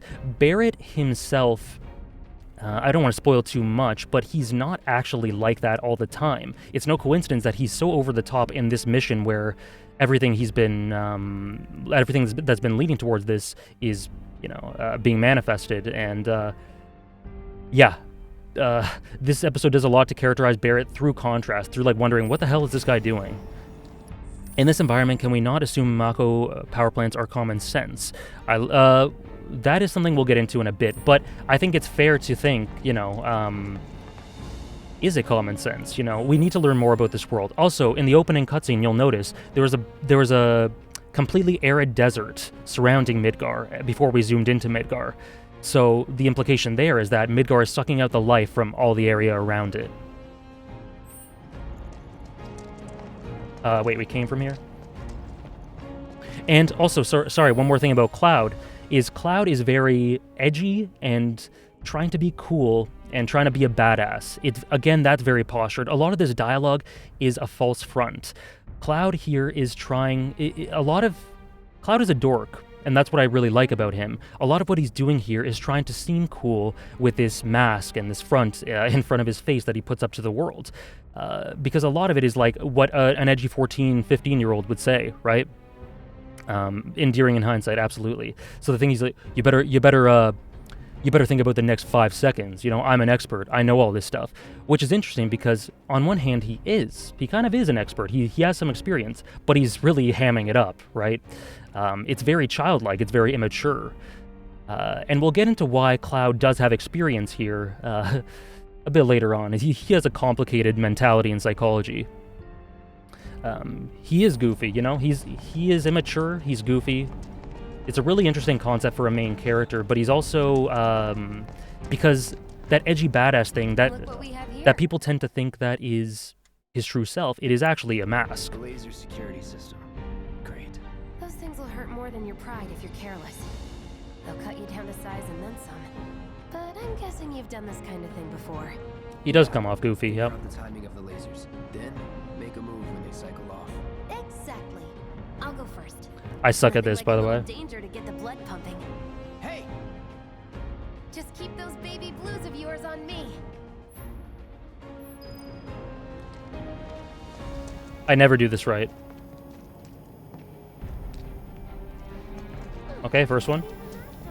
Second one. Third one. Oh, we did it. First time I've ever done that properly. And it's more of the same. Come on then. Oh, she just walks right through it. Jesus. Pretty easy, right? Okay. Nice job, Cloud. Oh, extra dialogue option. Did I miss it?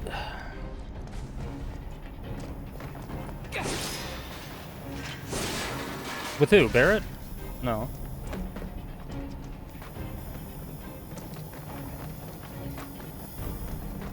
Not a scratch. Now, on to the objective. Well, I missed it, I think. Sorry, Shadow. If you run into it... Oh, yeah. Yeah, just some banter, yeah. I've heard that too much in my life. Yeah. I knew Jesse said that. I thought you meant like an optional dialogue thing.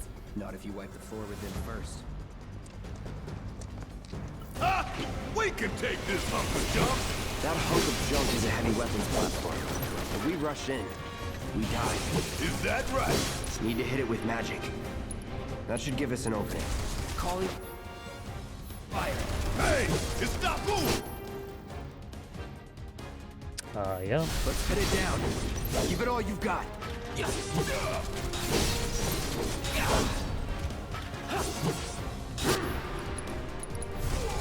a light. Need a light. He's so cheesy. He's super cheesy. 20-something. First. Huh? Soldier first class. Doesn't go into the 20s. The hell you talking about? I mean your age, not your goddamn rank. Though for all I know, a soldier's rank could be the same as his age. Mm-hmm. Guess that makes you a 1-year-old, huh? Live and learn. Live and learn. These guys are losers, man. I love that line too. Because it shows Cloud's vulnerability, right? He's like, oh, you meant my age. Oh, okay.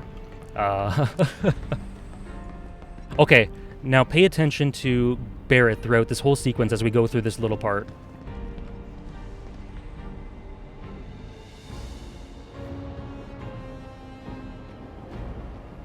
That's our target, the reactor core. Gotta set the bomb at the bottom. Let's get down there.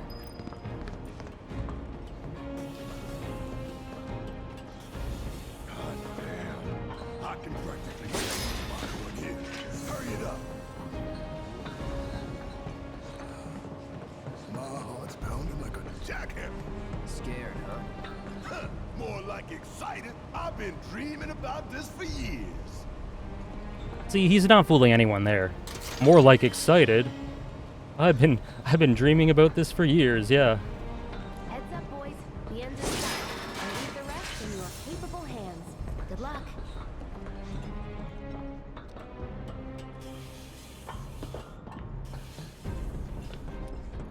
Screw you.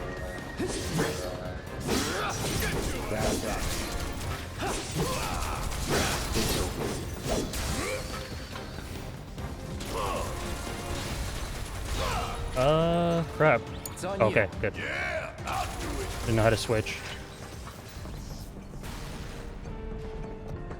You think if we fell in, we'd sink right down to the bottom? To the planet's core? No. The pump would suck us back up. How comforting. See, he's uneasy. He doesn't know what he's getting into at all. This is the first time he's done this. He tries to be overconfident, but as you get closer to it, he's asking these questions, you know, like, what's going to happen?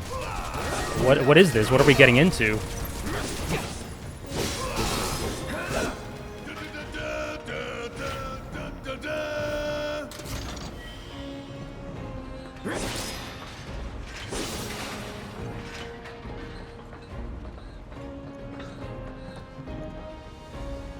Who are your favorite characters to fight at in this game from most to least fave? I actually think Aerith was my favorite.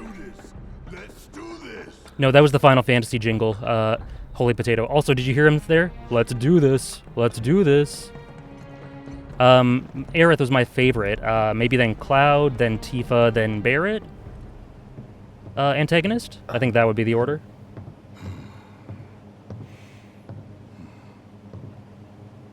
All right, let's see if Little Stamp really can bite the hand that feeds.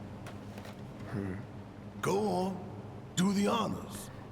Prove to me you're the man Tifa says you are. That you're one of us. Never said I was. I'm just here for the paycheck. Then do the damn job. Again, Barret doesn't want to do this himself. He can't take the responsibility on his own. He's forcing Cloud to do it, because he's not ready for this, as much as he tries to lie to himself and others.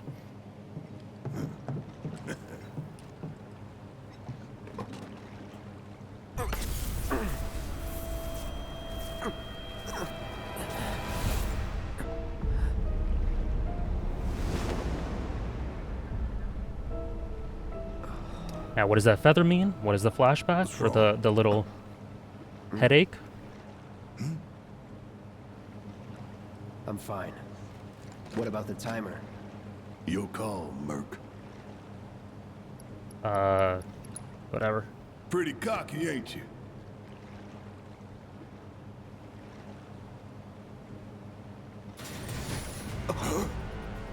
You double-crossing! Heads up. What the See? hell? I love that. He's pointing at Cloud. Cloud's looking at what the actual danger is. Huge contrast in where, like, their actual know-how. It's got reinforced armor plating, but the internals can be overloaded. Lightning magic. No other option, huh? R2? Yeah. Sure. Keep it together. Need my help, do you? Want some more?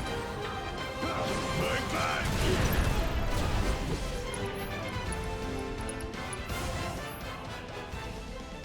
Coming at you hard and fast.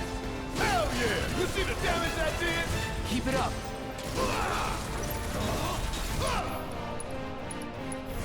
This is gonna go stop now.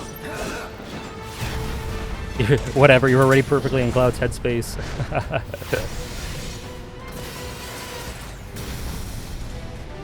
The hell is that? A barrier? Never seen this defense system before. Thought you were the expert. So what's your brilliant plan, genius? It's my time to shine. Oh, whoops. Or go down in flames. You got this. There! Attack it from the rear. All right, soldier boy. Show me what you got. Deal with that. Guess it's my turn. If we don't change it up soon, It is pretty hard, actually, to be honest. Less talking, more shooting. how about But I'm on easy. I don't think I'm gonna die. Hopefully. Oh, whoops! Crap! Crap! Crap! Crap! damn it? Gotta do something about that barrier first. Fuck on this. Ah, damn it! This thing is tough. Hell yeah, baby! Now's our chance. Give it everything you've got. Oh no! Taking over.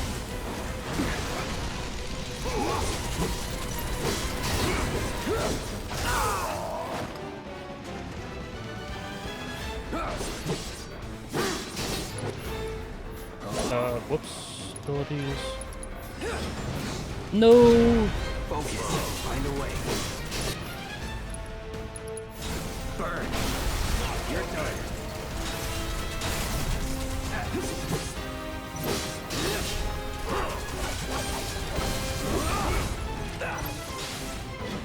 They absolutely are, holy potato. They totally are.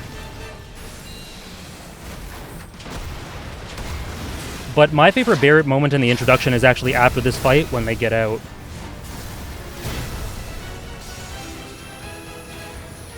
Watch the tail. You don't want to be hit by that laser. Huh? So, what do we do? Don't get hit. Take cover behind that. Oh yeah. debris. Whoops.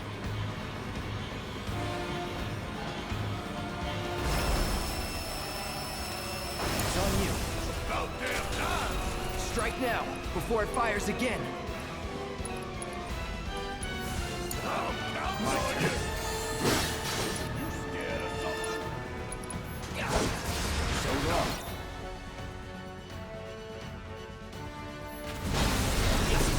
Time to get moving.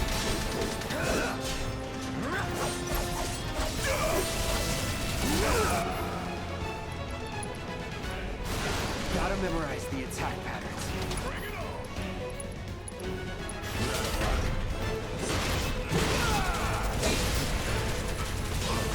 Almost there. We're getting there.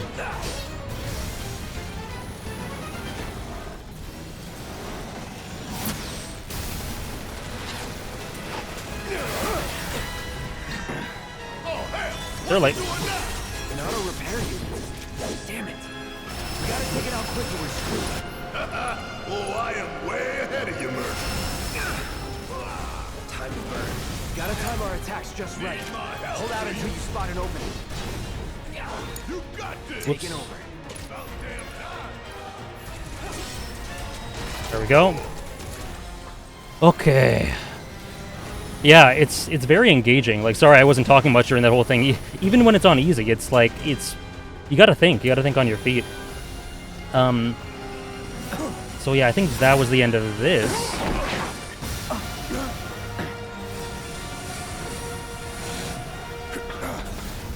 Shit, the ball. 20 minutes until detonation.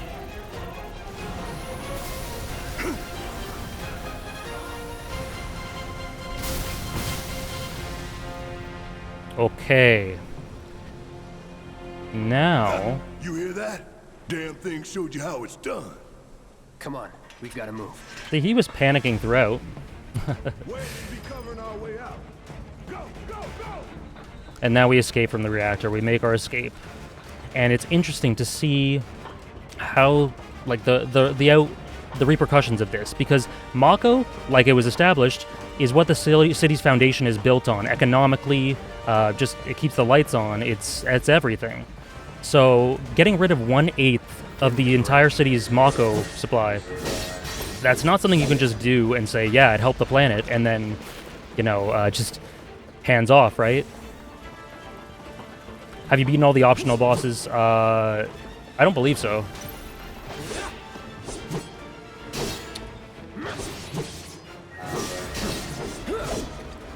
What's the difference between Easy and Easy Classic? Easy Classic is, from what I heard, it's very similar to the original game, which is more turn-based and less active. I haven't played it, so I'm not exactly sure, but that's what I heard.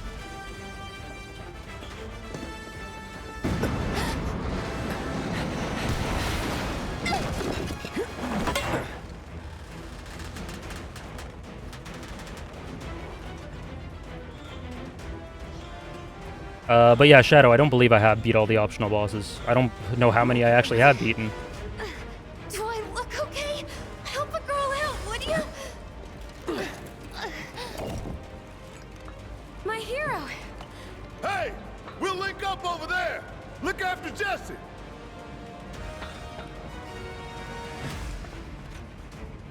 Come this way. This route should lead us straight to Barrett. Probably. Getting a feeling Cloud is a little similar to Snake and Metal Gear Solid. A bit confused about things, serves as a blank canvas. Yeah, to an extent. To an extent, yeah. I haven't played Metal Gear Solid, Critty, but that is a good first impression of him. Don't look back. Let's go, let's go, let's go. There's a chest, Jesse. There's a chest. I need to obtain 2 potions. I think, but obviously both of them have things going on beneath that I'm not. Yeah. I get you.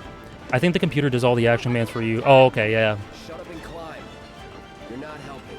Sorry, it keeps me focused. I'll freak out if I don't talk. Have it your way. Imagine losing time in the game because you would still have to your victory pose in winning fights. Yeah.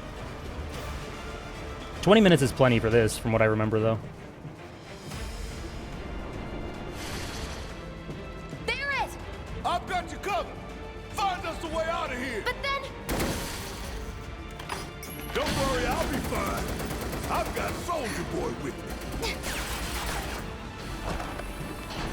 Already a bit of camaraderie built between Cloud and Barrett. So as much as Barrett tries to be unfriendly, he's already adhered himself to Cloud. 5 seconds is all we need.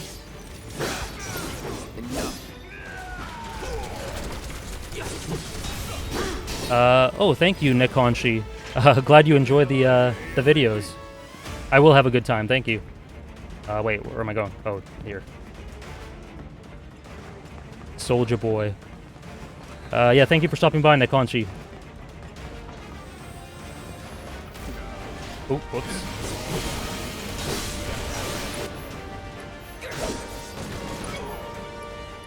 Oops. Take the lead. Yeah, I'll do it.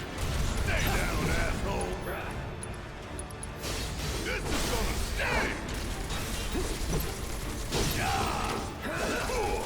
stay. Barrett is so sweet. He's a sweetheart. But I love the scene. There's a scene that's most indicative of Barrett's psychology at this point in time than anything else after we leave this place.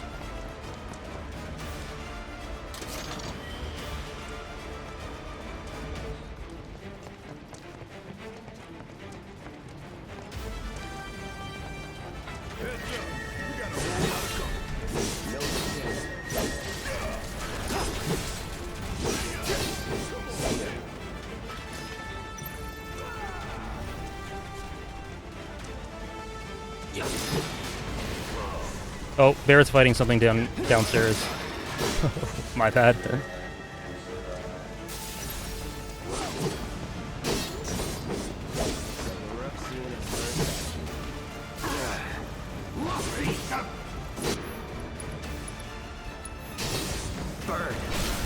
Let's finish this. Barrett the tsundere. Exactly. Tsunderes were modeled after Barrett from the OG Final Fantasy VII. It is known.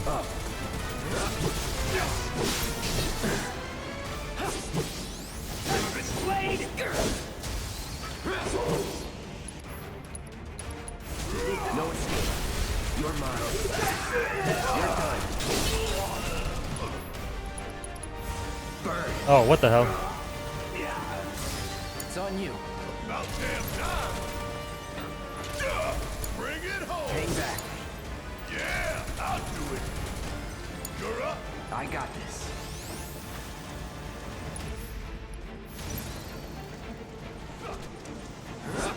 Deal with that. All right. Watch and learn. Get your ass out of here. There we go. That was easy. Sure it Bird? Did I say bird? Oh look, 15 minutes passed by and how long it took that elevator to come. Okay, now I think this is the story meat I was sort of referring to.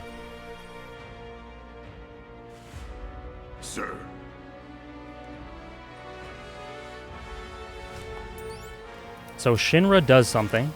Oh, okay. Okay, got it.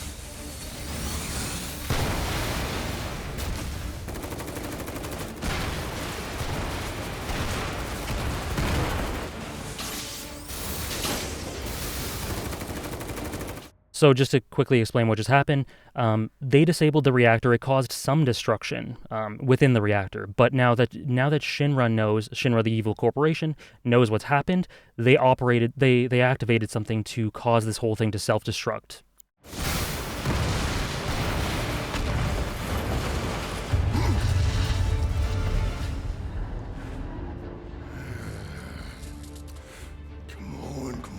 Come on. Again, Barrett's anxiety contrasted with Cloud here. And that isn't a front. That is genuine from Cloud. See him shaking. Again. Great presentation for Barrett in this opening.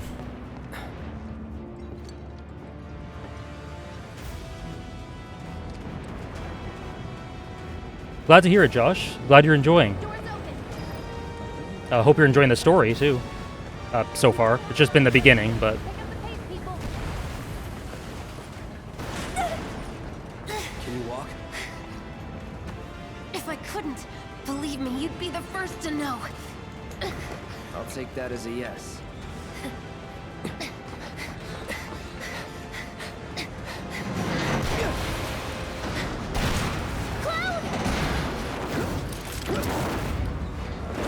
Superhuman reflexes right there. That wasn't just anime cheese. Cool.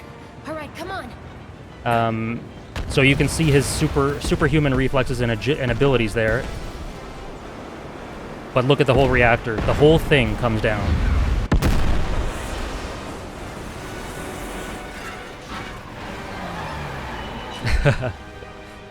You're right, Critty.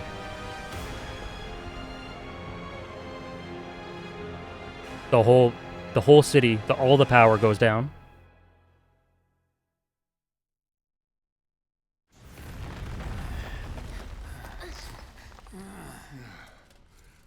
Looks like we made it. And with nothing but a few scratches to show. So that was chapter 1. Think you might have overdone it? I followed the instructions to the letter. Maybe it triggered a reaction with the Mako? Well, let's hope the city's still in one piece. But the planet's what matters, right? I mean, this must have helped some. After all that, it had better have. Anyway, let's get going. We in Sector 8? That'd be just down there. All right then, lead the way. You got it.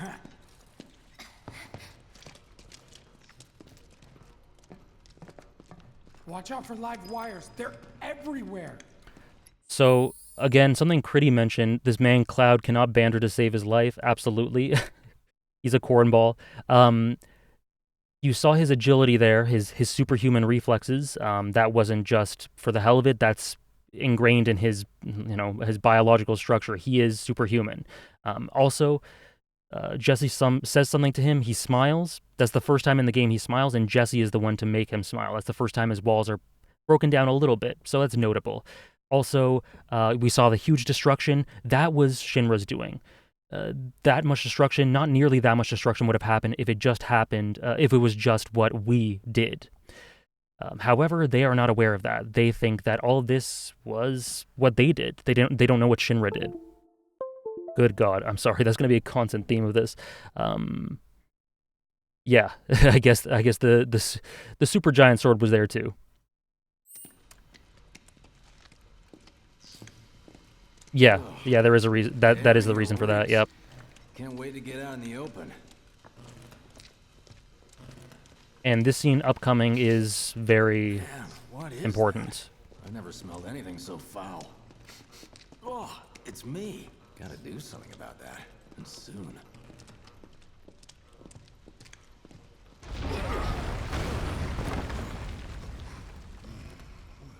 Cannot not hear Badger from Breaking Bad. Yep. They just keep on coming. I think he does a good job, though. I think he does a really good job with them. Density? The primary explosive? The blasting agent? Hey, we can fix figure that out later. And you see Jesse's very preoccupied with, did she make a mistake with the explosives? Next time I'll have to bring a little pick-me-up.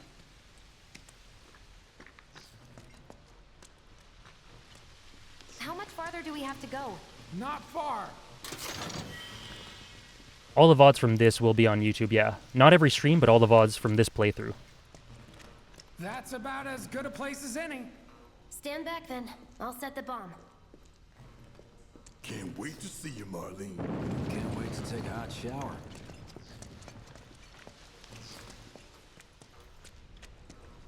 Hi, YouTube. Yeah, I mean, I guess you're on YouTube. If you type in chat, you're going to be on Good to YouTube. go. Fire in the hole!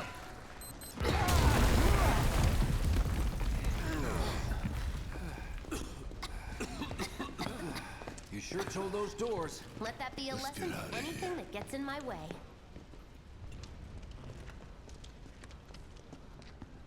Okay, outside. Attention all citizens. Here we go. Attention all citizens. This is an alert from the Shinra Emergency Operations Center. Unidentified intruders have detonated a bomb inside Mako Reactor 1. Multiple explosions have been confirmed, as well as ongoing fire.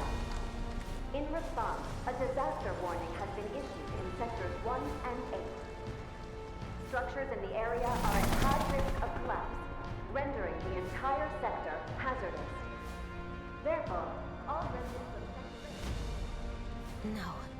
No way. This couldn't have been us, could it? But what if it was? What's done is done. Merc's right. It ain't pretty, but we can't stop now. This was just the first reactor, and the planet won't be safe till we get the rest. Yeah. We always knew this was gonna get messy. And this is only the beginning. Listen to the tone of the You gotta music. Look at the bigger picture here. This is supposed to be triumphant. Nothing worth fighting for was ever won without sacrifice. Though you may not be crying out, I know you're in pain, just like the planet. But it's okay, cause I'm here for you, to help take the load off your shoulders. Your fears, your worries, your concerns, and yes, your fees. Whatever your problem, I got you. So, what's our next move, boss? That's easy enough. We get our asses home.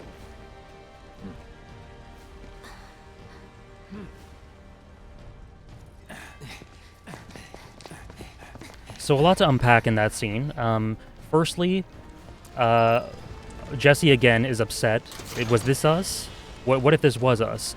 Will the audio ever be good in this game? I'm not sure what you mean. You don't like it? Sorry, and Holy Potato, who I think is the best out of this cast so far. I would rank my top 6 characters Cloud or Aerith, then Barrett, then Tifa, Sephiroth, and Jesse. What do you mean, Fifi Fox? But so, they're all very hesitant, they're unsure about what just happened. Was this us? Like, aren't we supposed to be the good guys? This is supposed to be good for the planet. This is a lot of destruction. Barrett clocks that, and he goes on this militaristic speech that's supposed to be triumphant, but is backdropped by the Shinra theme. This theme for this evil corporation that is very menacing and awful for the planet. Oh, the distortion. That must be something on the stream's end. I'm not sure. Hold on.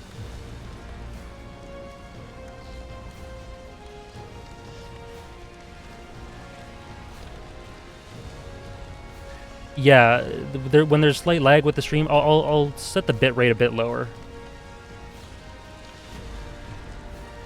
I'll go to 5. Yeah, I'll set it a bit lower. So yeah. Anyways, this huge militaristic speech about what's going on, and he says, "I'll take all your load. Like I'll bear all. There's this huge load on our shoulders, this huge burden. I'll bear all of it. I got you." To sort of galvanize the troops, but you get the sense that he's convincing himself just as much as everyone else. Later then.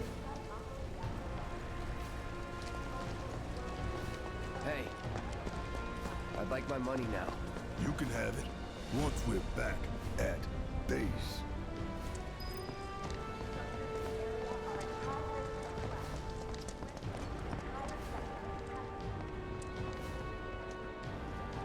Yoo-hoo. I don't need to tell you what this is, right? Of course not. It's healing materia. You can have it for saving my life. Oh, well, none of it's on my end, Fifi Fox. Nothing more. Yeah. Fact is, I'm lucky you were there.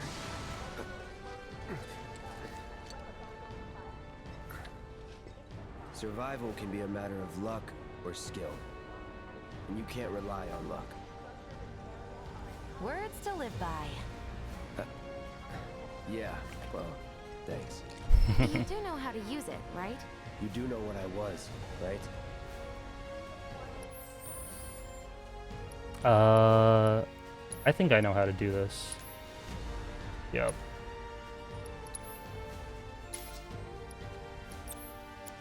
Yeah.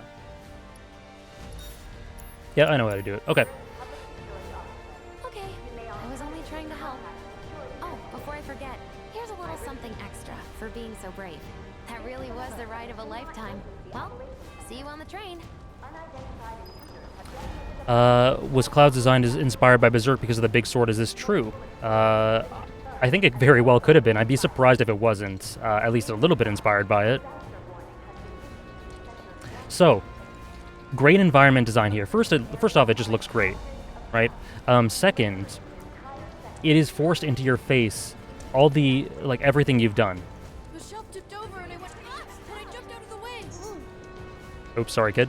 Lots of people panicking on the street, hurt, depressed, worrying about their loved ones. Look at this.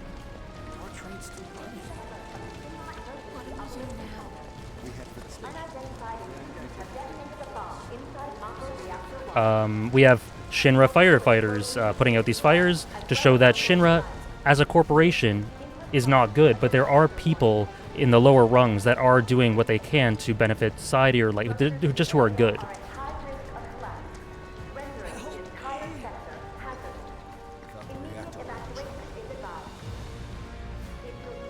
People all over the ground, like, it's everywhere. It's really well presented. I won't go to everyone, but you get the idea. Cloud, up here! Look up! I said look up!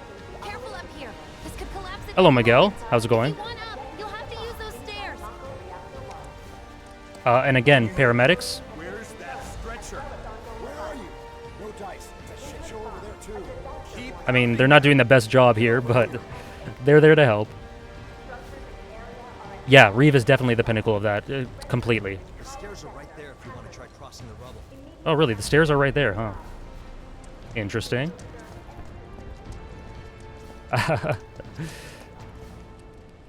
Yeah, Reeve is great. I love how Reeve is presented in this game too. I mentioned in my analysis video of this series that he has very kind eyes, very naturally kind eyes, and that tells you all you need to know about him from a one-dimensional point of view.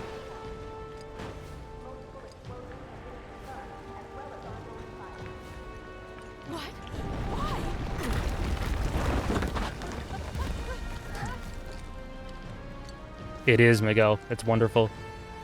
I think the intro of this game is about the first 2 chapters, and it's a great intro. Don't worry. We'll get you looked at.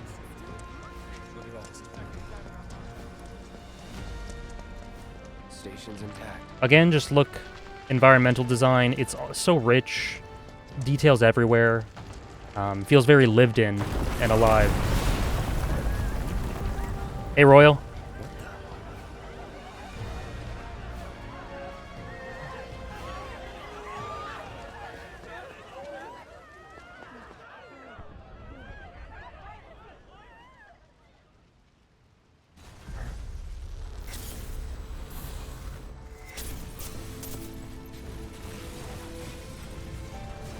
Great shot. Love that shot. And love this too.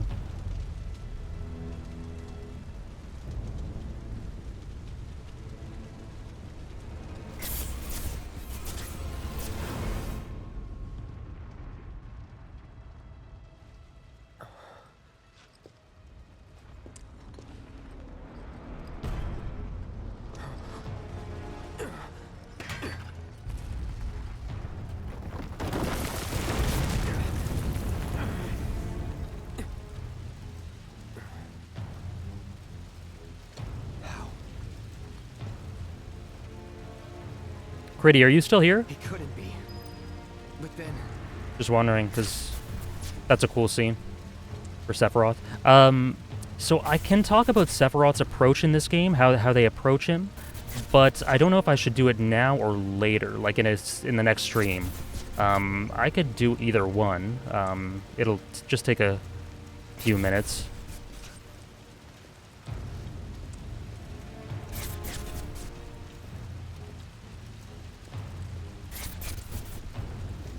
But the difference between here and the original is he is very blunt, he is very in your face. He is, right from the beginning here,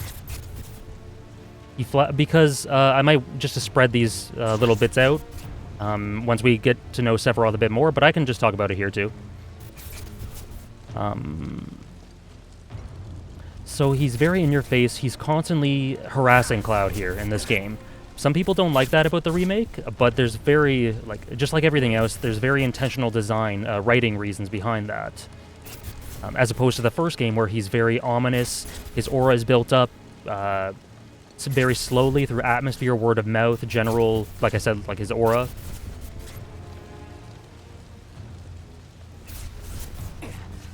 So I think after the scene I can talk about that a little bit. But as of right now, he is showing Cloud some traumatizing You're stuff. not real. You're dead. I am. I killed you with my own... Oh, you need not remind me. It was the crowning moment of our time together. But that was then, and this is now. What's up, Logan? To ask. Our beloved planet is dying. Slowly. Silently. Painfully. Can you bear to see the planet suffer? Cloud.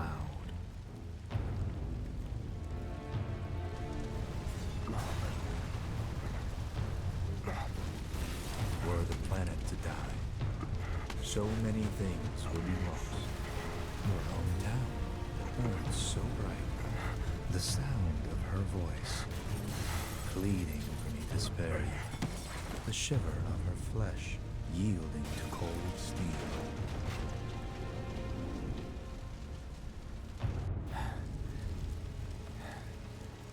That which binds us together would be no more, and I would be loath to live in such a world, which is why I must ask you this one favor. Don't worry, it's a simple thing. Run, Cloud. Run away. You have to leave. You have to live. Another great shot. You bastard!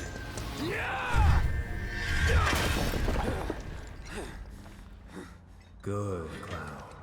Very good. Hold on to that hatred. Okay, lots to unpack about that.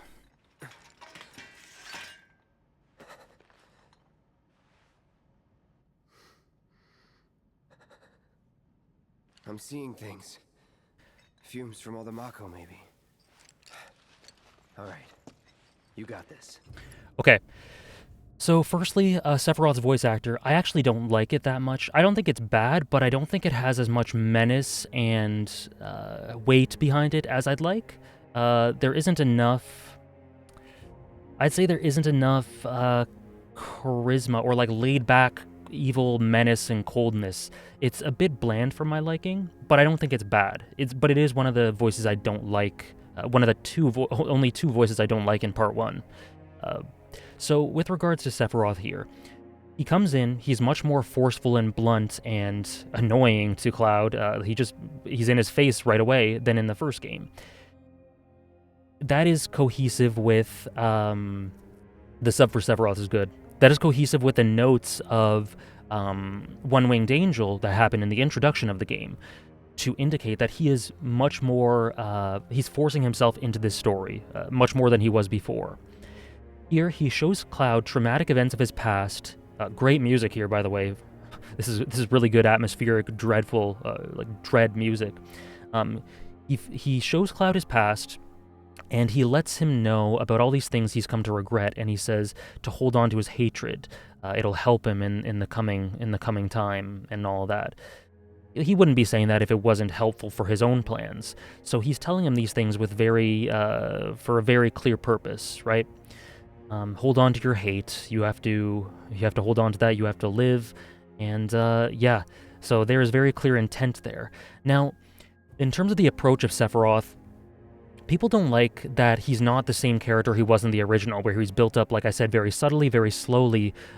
This atmosphere was built up around him, and it was a very less is more approach. But this is a totally different character, right? In this, he is, if you don't, like, I'm going to try to be a little vague about it because I don't want to outright spoil everything, but he is wanting to rewrite these events. He knows the things that have happened, and he's coming to correct them to his end. So he is inserting himself in the story wherever he can to alter events. At least that's the prominent theory, and that's the one I ascribe to.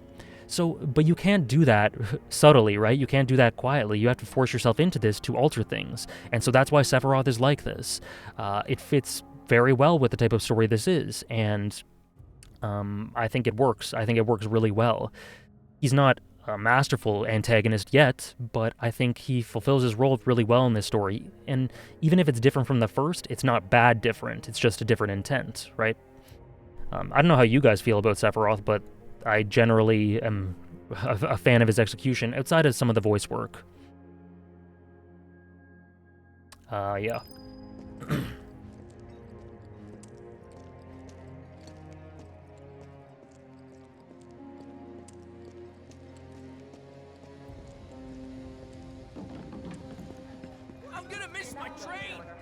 I'm gonna miss my train. They're at the station.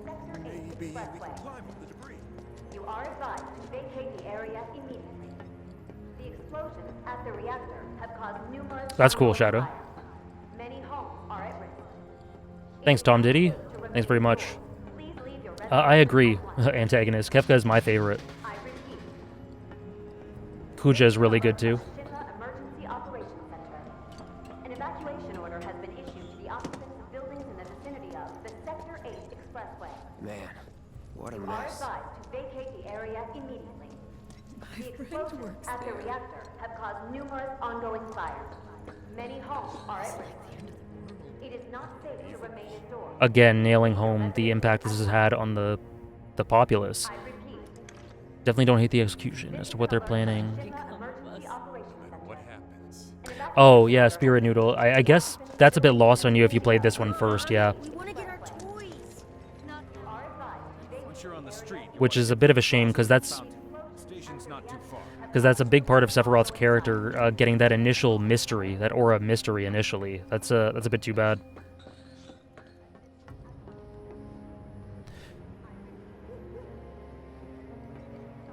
Yeah, Snow Lucille, I wouldn't be able to relate. I've only seen 2 episodes of Naruto. There's an almost 3-hour video talking about this game's story on YouTube. I made a 3-hour, 20-minute one. So yeah, there are tons of videos about this game's story. Again, love how it's presented. Completely rich. Don't let the intruder escape. Security's everywhere. Yep. Gotta go this way. And who is this pretty lady? And what are those things? Gotcha, Critty. Thanks for stopping by. I hope you saw some of the Sephiroth scenes. Or like this one.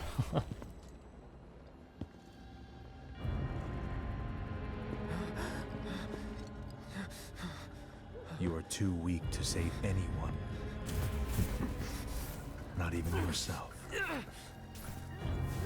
Are you okay? Hey, are you okay?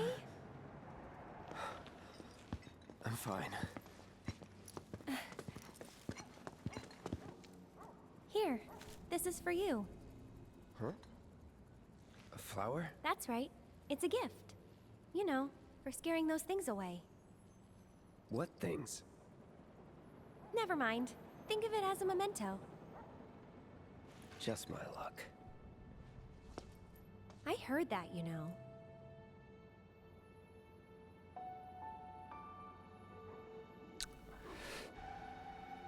They're sadistic for using that music right at this moment. Oh boy.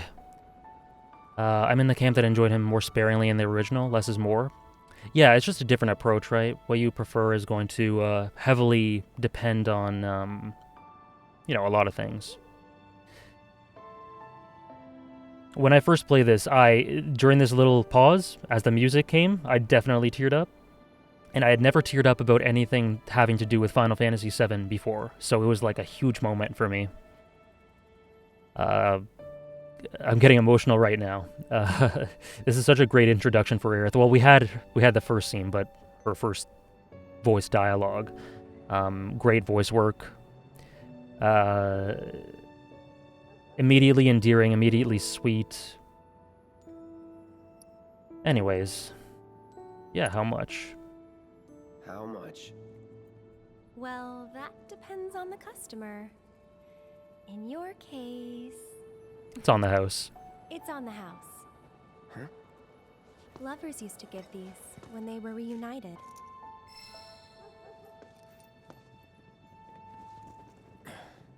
Look, I'm involved in things.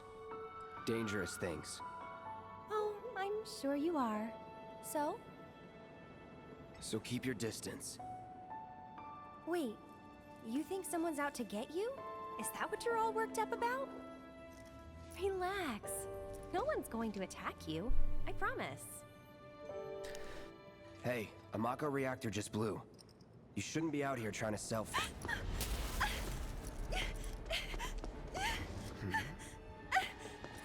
Help me!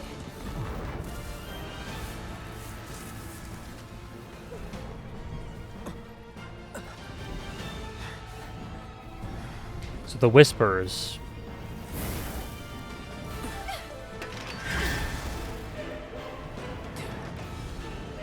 What are they?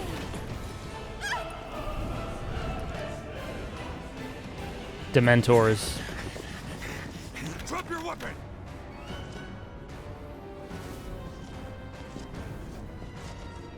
Are you blind? No, you're right. How's it going, Hugs? I don't think I said hi. Wait! Nice meeting you.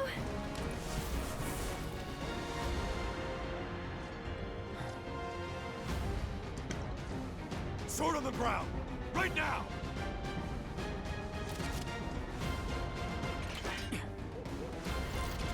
Okay, so the Whispers. I do have a lot to say about Aerith, obviously. But I think I'm going to save that for a future stream, because all I'll say about Aerith right now is that she knows more than she lets on. There are little lines from the very beginning that indicate that she knows more, and she went this way and just disappeared. And that's all I'll say for that. They're not Dementors, they're the OG... yeah, so the Whispers. They're very divisive. They're super divisive. I think it's impossible to say that they're not clunky, right? They're clunkily presented. They're clunkily implemented. But I don't have much of a problem with them. Was never in doubt. I don't have much of a problem with them. What I have said... Oh wait, which way am I going? This way? Oh, let's just fight.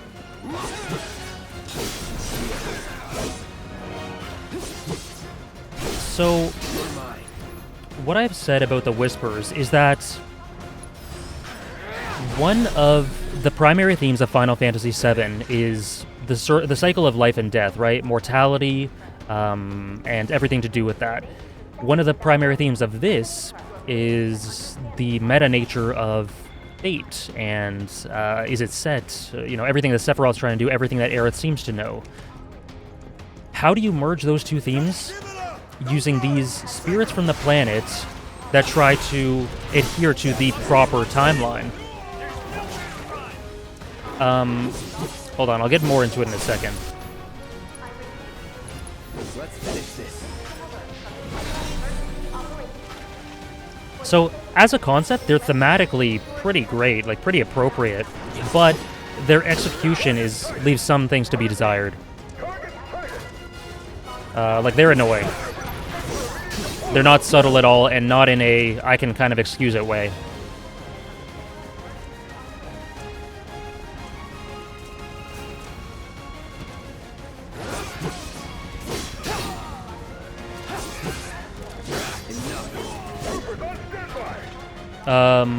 I thought they were annoying until I started realizing what they were. Then everything clicked into the place and you appreciated them more. Yeah, I think I was kind of the same.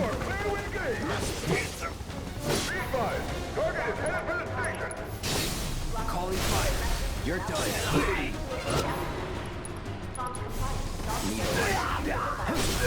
Let's finish this. Don't let him escape! Give up! Oh, I came this way.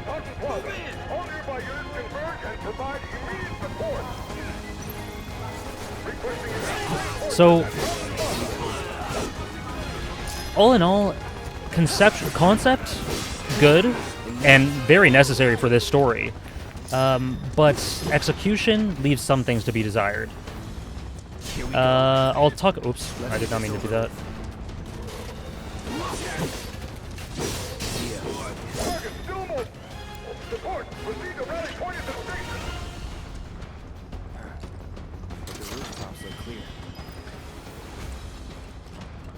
Over there!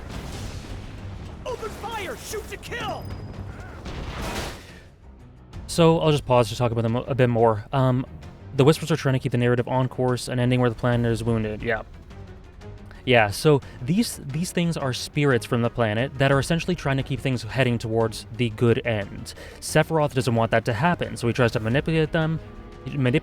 He tries to alter fate and diverge things.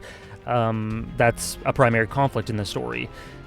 And at the same time, Sephiroth tries to manipulate our characters into looking at the end that they achieve in the original game as a bad one, which is why he would try to coax them into defeating fate and defeating the Whispers and getting rid of them.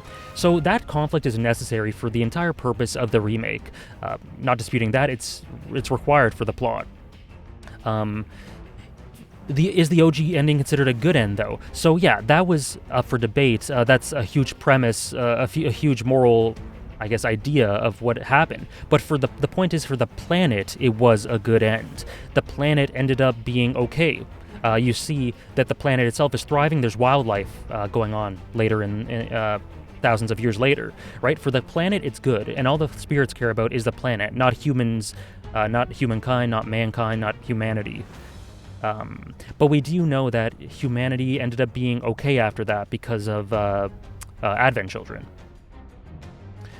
So it wasn't a perfect end, but it was overall decent, and Sephiroth is trying to make it turn into an awful one. And that's the premise here. So yeah, I do too, Shadow. It's really interesting. So they're necessary, absolutely, but they're just annoying. They, like Sephiroth, they harass you, but in a more annoying way in terms of the story. They're just kind of very clunky. But thematically they work. Conceptually they work. Execution is just a little bit annoying for me. Yeah, are humans for the benefit or detriment to the planet? That was the idea, but I mean, the premise here is that the planet, what ended up happening at the end of that was good for the planet, and they're trying to maintain that. That's why they try to keep everything heading towards that end. So overall, I think they're a net positive, but they're not a huge net positive. There's still flaws having to do with them, and they could have been improved upon. I totally agree, Hollyberry. She is so good in this, and very loyal to who Aerith is. Something that I was worried about with the remake was that they might misinterpret who the characters are in the original. Like, Cloud would actually be this edgy, genuinely be this edgy, this edgelord. That would be him at his core, and not the dork that he actually is. But they didn't do that. They were loyal with who he was. Same with Aerith. I was afraid that they might turn Aerith into some dainty princess who was, hyper feminine and not outgoing and very soft and sensitive. Not the case. Aerith herself is very mischievous, very outgoing, she breaks Cloud out of his comfort zone in a very good way because of just the natural way she is, and they capture that really well. She's got spunk, right? Immediately! Target sighted! Get him! It's all or nothing now. What? Who's talking to me?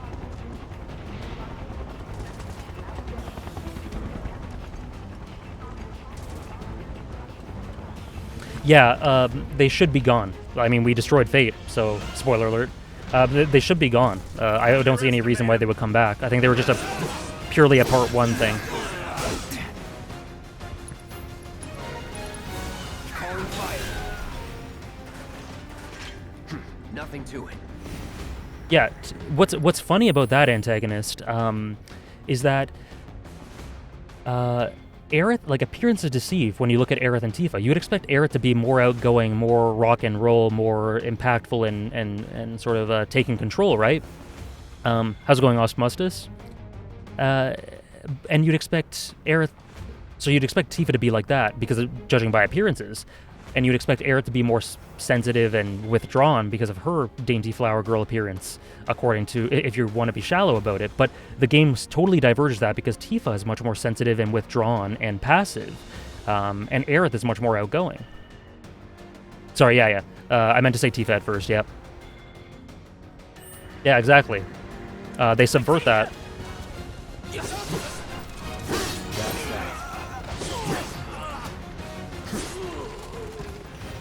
Never in doubt. Confirmed. Target has entered residential area. Full lockdown is in effect. All units get Eyes on the target! You're mine now! Let's go. Yeah, I like that a lot too. I love both girls. Tifa is my favorite character in the OG, and Aerith is very close to my favorite character in the remake. Can't take me! Oh crap. Crap.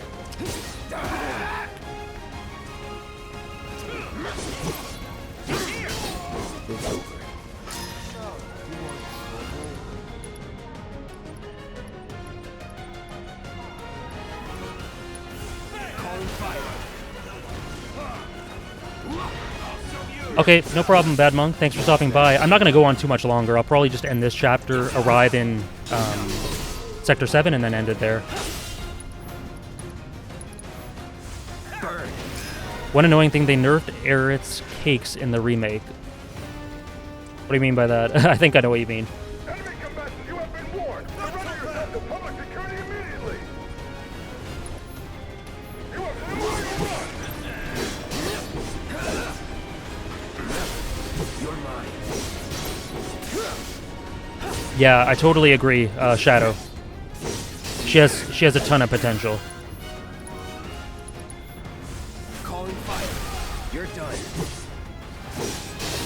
That's that. That it?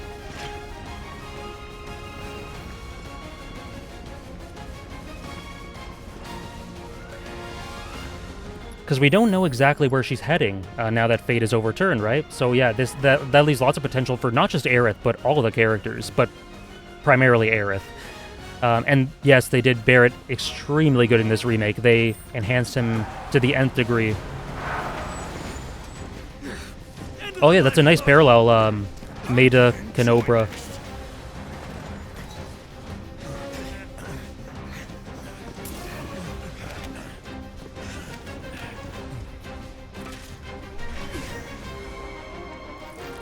Oh jeez.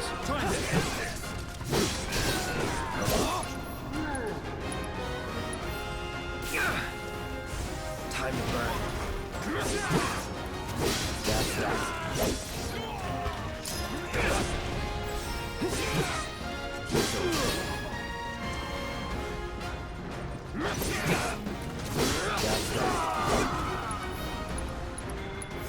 Burn.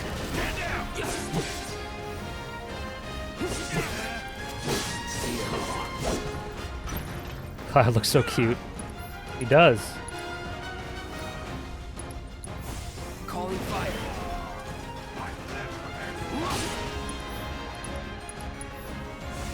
Need a light scratch.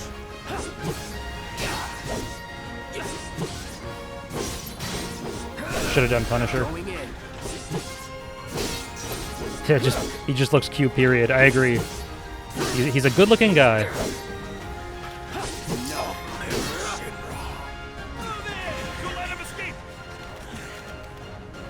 HQ, this is Sector 8, Unit 2.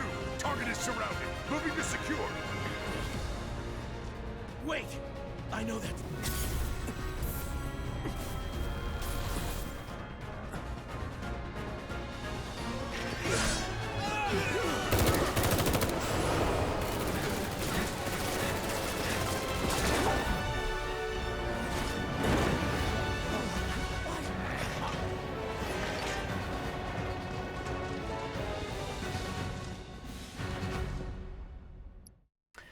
So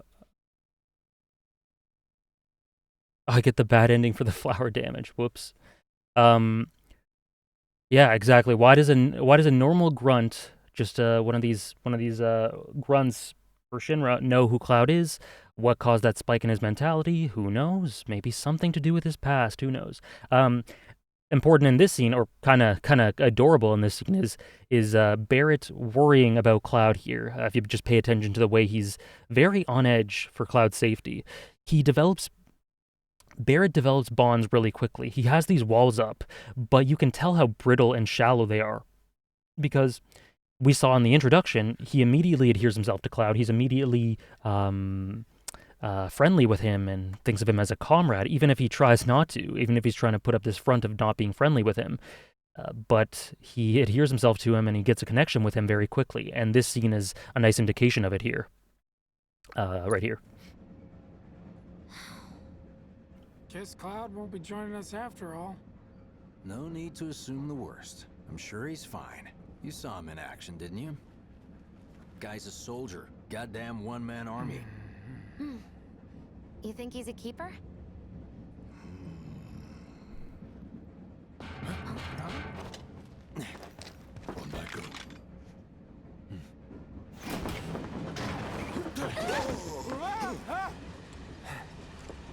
You had me worried for a minute. Huh? What the hell you been up to, huh? Adorable. Giving public security the runaround. That's what. Had to draw them away from the station somehow. Nicely done. Well, can't argue with results, huh? What? He is Holly Berry. He is a teddy bear, but important. You know, I talk about Barrett in a very endearing way because we know the type of, if you play this, you know the type of person he is. I'm telling you, even if this is the first time you're seeing this game, I'm telling you things to pay attention to that show his masks, right? But important to not overly idealize the type of person he is, because there are, I'm not saying you guys are, I'm just clarifying my views on him. There are lots of bad things he does in this, like just in this part of the game already. He's done plenty of bad things, and it's he's not a pure teddy bear. There are layers of rage. He's been hurt, and he's doing these things and lashing out and trying to justify them using very shallow reasoning. Justify awful actions with very shallow reasoning.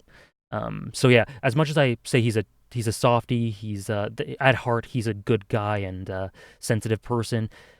You know, it's much more complex than that, as is the case with the rest of this game. Everything's very gray. So just wanted to clarify that, because definitely merits clarifying. It's clear he's trying to adopt a hard exterior for the mission as a necessity, but at his core he's very sensitive. Yep. That's, I don't know.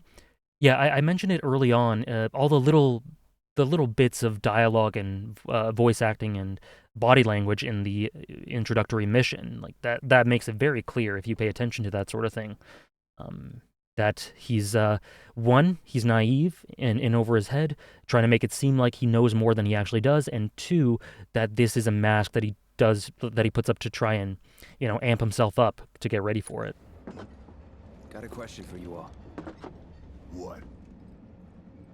Ever been attacked by an invisible enemy? What? Wearing robes. Came and went like the wind. Thought they were invisible. They were, at first. Only saw them after she grabbed me. A new Shinra weapon, maybe? More like a panic-induced hallucination. Never mind. Forget I said anything. Suit yourself. Come on, let's move up.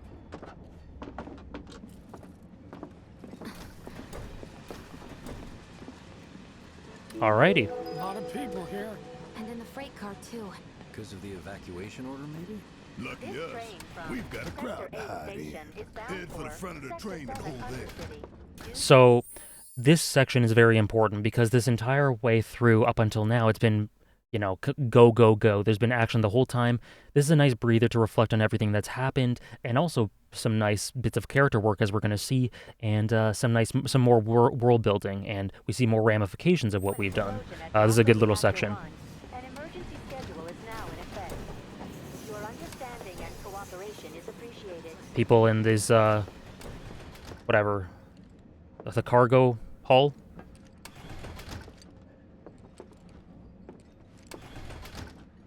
No guards here, right? Wow, it's some of these people riding in the freight car. Yeah, the freight car. Choice, but rather them than me. Stop that right now! I think I can talk to them here if you move out of my way. Can you move? So cramped. Won't be me cleaning Stop up the that so right now! Jeez, why can I not move? What if other reactors were hit as well? Good. So Thank goodness. cramped. Three instead. Man, everyone's on edge. Of course they are. Hey, Cloud. Why would anyone do something like that? If you're about to unburden yourself, don't. I wanted Yeesh. to train for Sector 2. You don't make it easy. We were out on a date when it happened. So, there, just a nice indication of Wedge's intuitive side, and like he wants to open up to Cloud because he sees. Well, actually, I'll get into that in another stream, but he's sensitive. He's a sensitive guy, and that's a nice indication of that. Wait, what the? Miguel, I'm playing on PC, Hey, got a sec? and Biggs here. This is important for Biggs. Holding up pretty well, huh? Even after what we saw at the station and all over Sector 8? I'm a soldier. Wow. My hands are still shaking. You get used to it. Something to look forward to. Or maybe not. Just leave me Open in admitting that he's green. He's not ready for this. He's shaking. All the things they've done have shaken him to his core, and he's honest and frank, which is something that Barrett, Cloud, are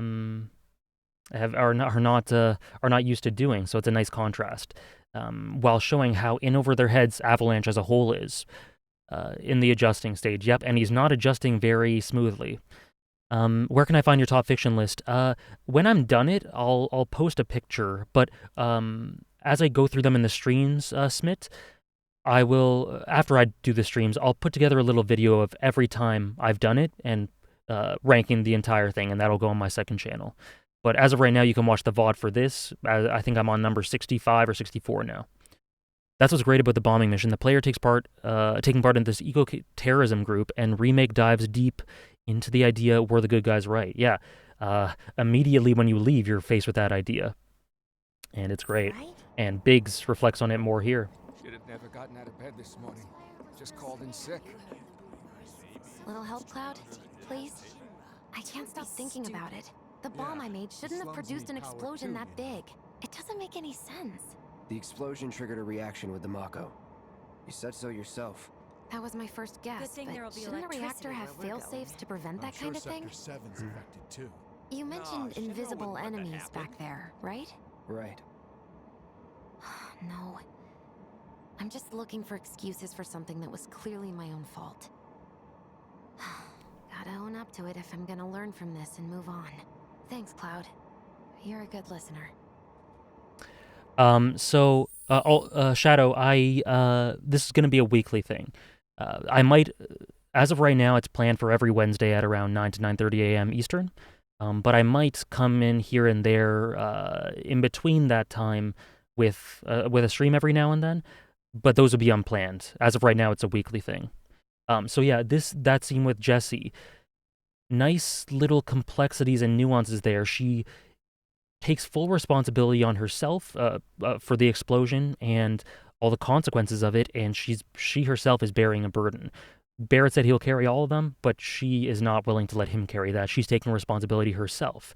And that is something that will continue to bother her throughout this story. And you feel for her because we know it wasn't her fault, but at the same time, they are naive, they are in over their head. So, one, they don't know any better, and two, they're not saints, right? What am I doing here? Sorry. Do I just continue? Yeah, I do.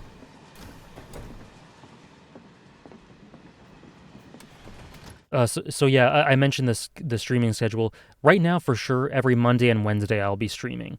There might be days in between where I do surprise ones, if I have a couple of hours of time or a bit more than that. But right now, Monday mornings around 9 a.m., Attack on Titan discussion. And then going through my top fiction and just hanging out, and Wednesdays, Final Fantasy VII Remake. I want to add in a blind playthrough of something in due time, but not sure about that yet. What kind of maniacs would go so far as to bomb a reactor? They've yet to announce it publicly, but I heard it was Avalanche's doing. Really? Aren't they the terrorists who tried to kill the president? Is there nothing they won't do? Hey, quit talking out your ass. Everyone Middle knows manager. Avalanche only cares about saving the planet.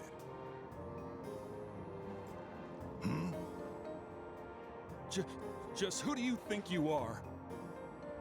A law-abiding, concerned citizen. Law-abiding? Really? Shh. Don't antagonize him. In my humble opinion, that explosion was a message.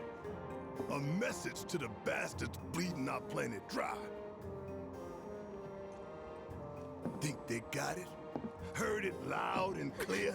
Y'all's masters? We will not submit to intimidation or violence. I love the voice acting there. Together for peace and prosperity. That is how civilized people change the world. That's right. That is the Shinra Creed. The Shinra Creed.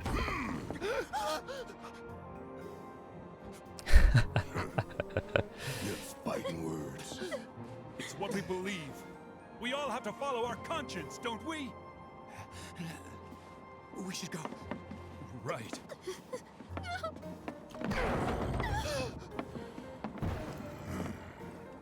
So, interesting interaction there. Hold on, let me just get back to something that someone asked.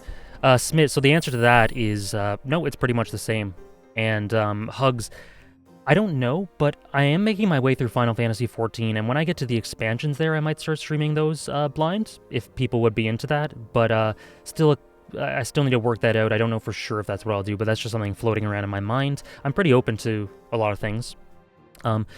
So yeah, interesting scene here, as Barrett makes it very obvious what is going on here to Shinra Middle Manager. And obviously Shinra is, yeah, exactly, antagonist. The Shinra Middle Managers are poised from perspective to be antagonistic to Barrett, and they are. But the thing is, both of them, it's very gray. You can see their points because it's funny, but this is just a random office worker who essentially, his city has experienced a terrorist attack. That is what happened. There are lots of nuances to it that make it understandable from Avalanche's point of view, but you can't blame him for being this way. And Barrett himself is very loud and demonstrative, as he always is, with defending their actions, defending the terrorist attack, as the news calls it. So much so that you almost think he's, once again, trying to convince himself, once again, being overbearing with this. And when people are not totally convinced of the truth, they compensate in the way they try to justify things. And that is what Barrett's doing there. Just continuing on this theme. I didn't hear anything. You gotta believe me. You hear that suit? Shinra Creed my ass. Yeah, it does get to him.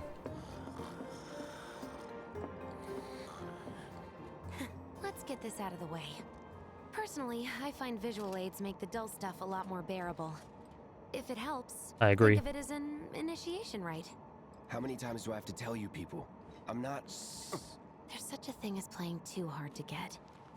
So, here we've got a wireframe model of the great city of Midgar, complete with massive steel plates suspended 300 meters above ground level, atop which stands a shining beacon of civilization.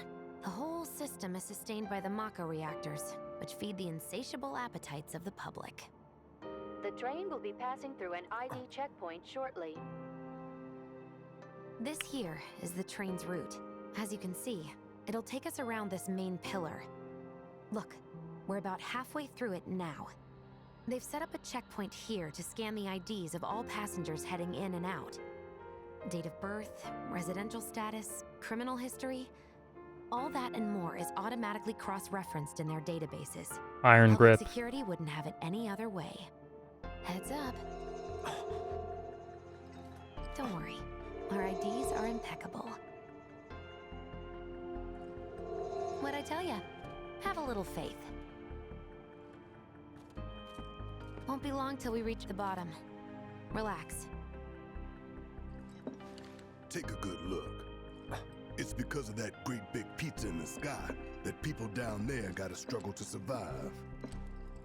Good line. Shiro sucks up Mako while the soil turns to dust, the air fills with smog, and the flowers die.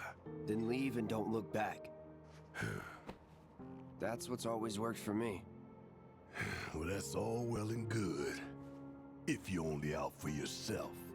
But the folks down there don't have the luxury of choice, you know? So I want to point out something there. Sorry for stopping the cutscene. No, I'm not, Smith. I've read the manga. I agree, Vita Eris. Jessie is wonderful in this game, full of spunk and personality, and very endearing and adorable in a lot of ways. So that's the first time, I think, unless I'm mistaken, that Barrett removes his sunglasses. I'm pretty sure that's true. And notice that it's when he's talking about the root of why he's doing this. There are multiple roots, but one of the primary ones. Because the people who are struggling down below. Yes, that is exactly what I'm saying, Kevin. Exactly. Removes the sunglasses. You can see his eyes. You can see the true, genuine root of what he's doing. That's what it all comes down to. There are lots of layers that add flaws and nuances to Barrett, but that is who he is at heart, and that is the root of why he does these things, and that's why he's so full of rage. Hey, Dragon Knight. Been live for almost 3 hours now. Went through more of the top 100 list and played a bunch of the intro of this game, and we're just finishing up. We won't be on too much longer, but we'll be here for a little bit. Nice to see you too. But yeah, so that was a great scene for Barrett. Removing the sunglasses, some nice visual storytelling.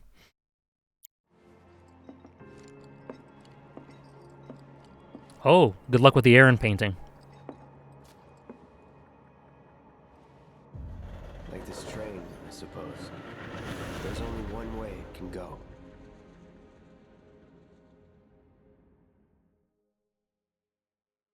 Okay, those are the first 2 chapters. Wonderful. I think that, in my opinion, that consists of the intro to this game, and I think it's really, really great. Yeah, the camera's covering it, but it says Chapter 3. Sweetheart. Don't worry, I'm fine. Goodness. Knew it couldn't be that bad. I just want to pause it to say one thing. Yeah, Hugs, I actually thought I wouldn't be able to stream, because I felt very lethargic, but I just splashed water on my face and said, you know what, I can do it. But yeah, it's been going really well, Dragon Knight Supreme. Yeah, it's been going really well. Thank you. I'm excited for both of them, Dave and Ader, but primarily part 2. So this is a nice scene because it gets down to the heart, just like when Barrett removed his sunglasses, it gets down to the heart of why these people are doing this in the first place, and that they're all, in the end, just a bunch of well-meaning young adults, kiddish in some ways.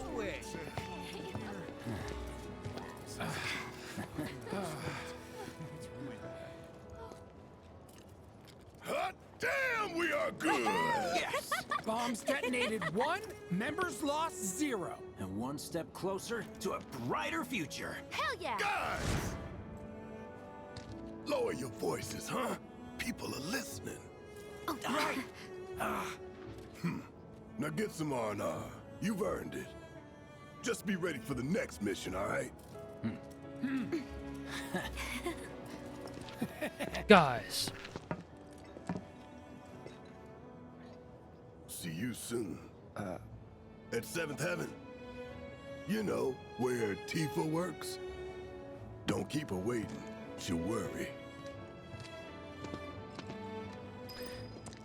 Nice little scene there, but again, very dark if you contrast it with the fact that they're wildly celebrating like this and you see what they actually did. There's always that undercurrent.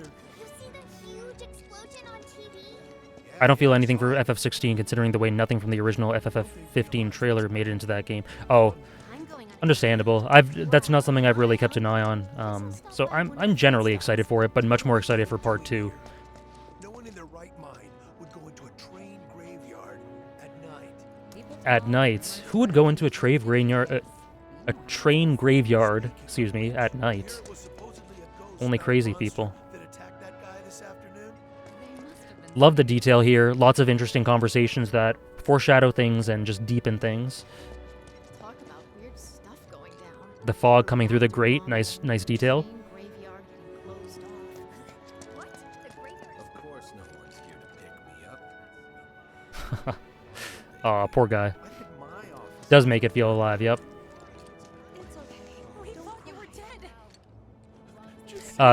People celebrating that their loved ones have come back home and safe after they heard the news. How about it, baby girl? How about what? How about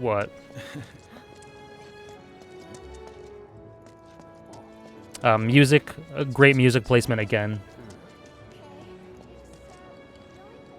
Train services have concluded for the day. I feel like it's been. I'm waiting for them. I could have been charged my stand. I told him. Hey, what's up, Elijah? Me too. You came in right towards the end, but yeah, I thought I didn't know if they were gonna flop it, but I couldn't have imagined that they'd do it as well as they did. The Mako reactor's broken? For now. But don't you worry. We're gonna fix it. It'll be up and running in no time. Really? That's great. There's the middle manager. Sweetie. We'll go on for a few more minutes, Elijah, but yeah, getting towards the end. So cool that the middle manager here, he's just with his family. Some more nice human nuance to Shinra again. I think he's over by the TVs. All right, sounds like a plan. I'm free tomorrow, so let's do it. Also, what a backdrop. Look at that. Looming over everything. But, you know, oppressive and stifling as Barrett explains it, but at the same time, oddly beautiful in a way. What a setting for a game. And Holly Berry, I think there will be at least 3. My bet's on 3 or 4. If I had to guess, I'd say 4, but I think it can be 3. The Steel Sky, absolutely. The core of my favorite line in the game. No words can describe how bright the flames were. This is true. What kind of person bombs a reactor? The kind of person who goes around putting up flyers all over the slums, I expect. That sounds familiar. Oh yeah, that door did look bad, but overall, the game looked great, and I think they fixed that for Intergrade, which is what I'm playing now. The kind of person who goes around putting up flyers all over the slums, I expect. Tom Plady's only had it so good because of the reactors. I've never seen anything like it. Huh? It's like a giant All the handle debris piled up like mountains. You couldn't go nowhere. Huh. Mako is the lifeblood of the planet? Yeah, the hell it is. Goddamn eco-warriors with their dumbass posters. I tear them down and they're back up inside of an hour. Like I've got nothing better to do. I mean, look at all that steel work. You trying to tell me that's not progress?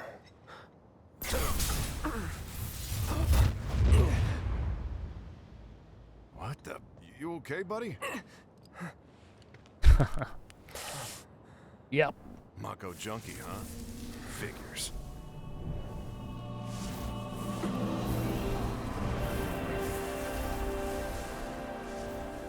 You again. What are these things? Yeah, I agree, Elijah.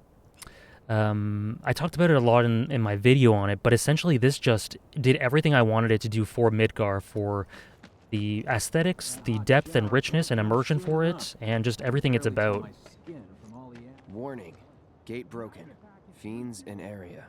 Exercise caution. And Tom No Diddy, reason to check it out. I don't have a favorite my video game character of all time.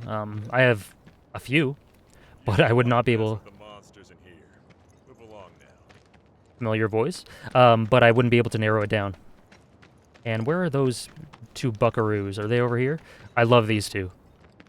No hugs. I experienced the original first. Yeah, I played the original Final Fantasy VII in like 2013, 2014. Excuse me. Due to an emergency, entry into this area is prohibited. Sorry for the inconvenience. You call that a warning? No, sir. In accordance with emergency regulations, entry into this area is prohibited. Please leave at once. Still too nice. Still too nice. This area is off limits. Turn around and leave at once. If you don't, I'll have no choice but to use force. Now you're getting the hang of it. Cute and very dark at the same time. It's crazy how much an already great game got improved by just by having voice acting. Yeah, voice acting and other methods of presentation, right? The visuals, the immersion, not having to look down on Midgar, I think, was a big plus. It definitely helped me, and being able to look up at the sky and seeing these things, that just made the game, the setting feel so much more alive, and I was able to immerse myself. Like, just right now, I'm more immersed than I've ever been in the Final Fantasy VII worlds. They do have a shonen arc. And Gabbiness, I have not played Skies of Arcadia, nope. And I have played Ghost of Tsushima. I did. That's one of the most beautiful games visually I've ever seen. Public security should know who did it. So you'll interrupt them while they're working? Come on, it's one little question. So I have to go that way. Let me just see. What was this way? Oh, that's where I came from. Never mind. And, yeah, I wonder if something big's gonna happen around here sometime. public security should know who did it.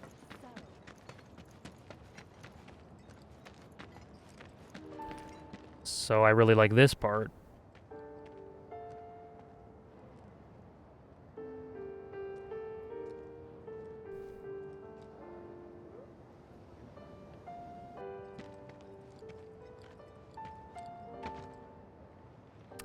Tifa's theme.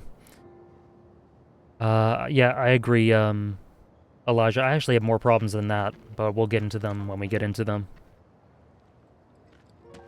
I have, Smit. What the? That's where I work. No freaking way. Put that fire out, idiots. I was there yesterday. What do you know? That ain't half bad. Okay. Here comes, you know who? Marlene, of course.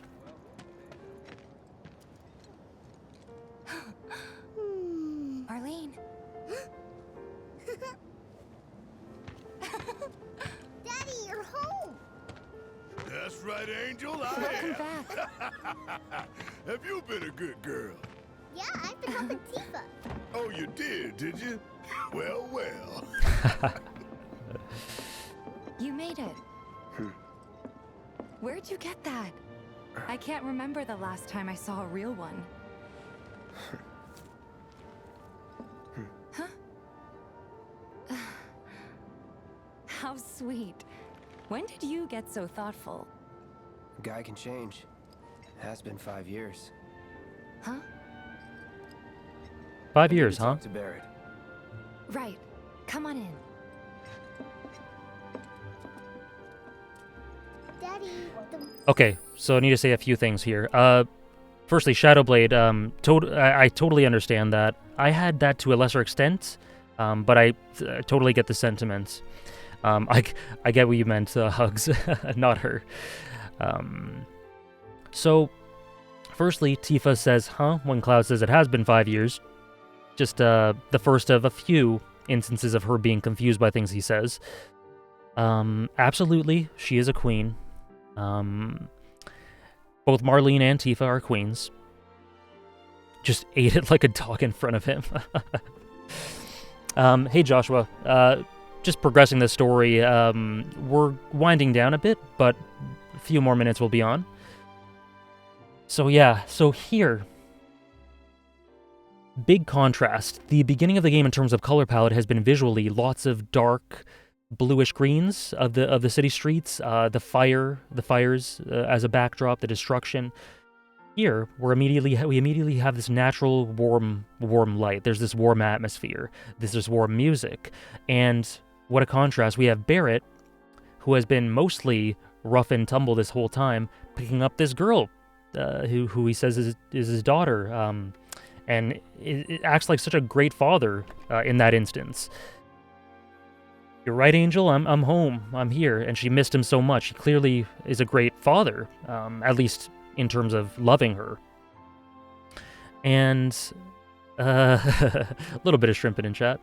And then just the introduction to Tifa. I think we'll save the proper Tifa talk to next stream, but it's just very notable to see the immediate change in atmosphere when you see her. Tifa is very much a comfort character tonally in a lot of ways for this introductory part of the story.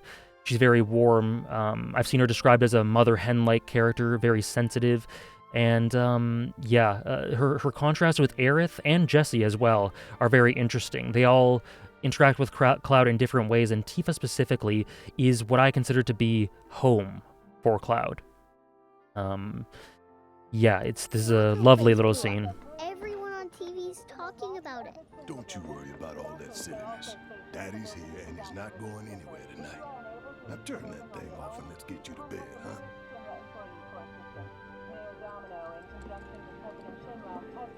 Yeah, your money. Ask Tifa. She takes care of all that.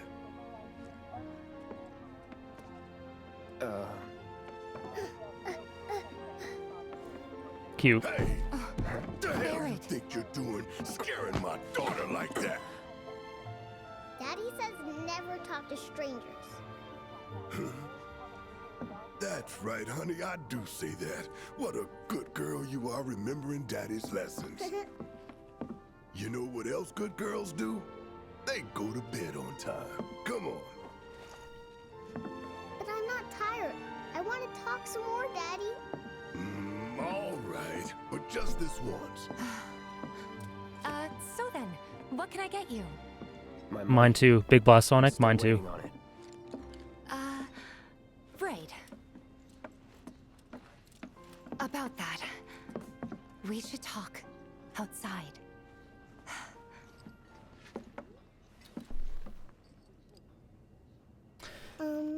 Daddy?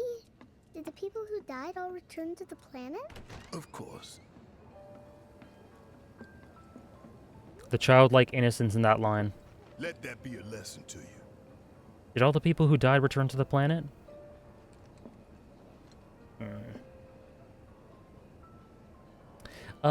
Glad to hear it, Big Blast Sonic. Thanks for stopping by. And thanks for all the follows for this stream, guys. There's been quite a lot. So I think this is a good stopping point. I think this is a good one, because after this we're going to dive into more Tifa, primarily Tifa character work, and I want to cover that in the next stream. I think this is a good place to stop. Yeah, I think it is. I guess I should save. I haven't done that. Oh, Jesus. Yep. I am ending. I think I'm going to end right about here.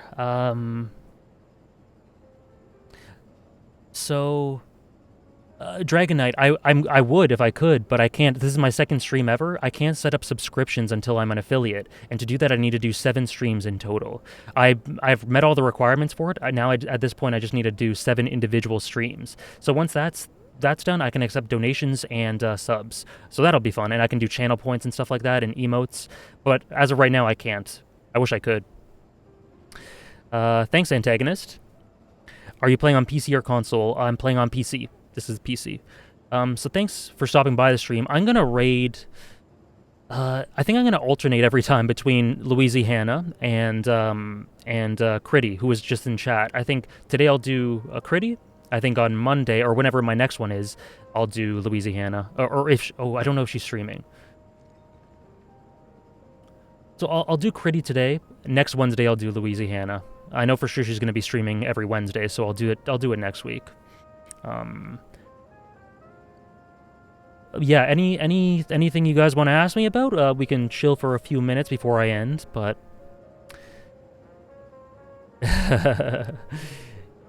exactly, Hugs Online. Exactly, like the way he handles Marlene with such sensitivity and tact and gentleness. That is a lot of who Barrett truly is. Thanks, Big Blast Sonic. Thanks, Davinator. Glad you guys enjoyed. So, yeah, if no one has anything else to say, I think we can pretty much end right here. Again, my schedule is, for sure, the certainties are every Monday there's an Attack on Titan discussion about the episode from the previous day at 9 a.m., roughly, Eastern, 9 to 9:30. And then we'll also be talking about my top 100. And every Wednesday we'll be doing this around 9:30 or so. And in between, there might be surprise ones if I can muster up some time.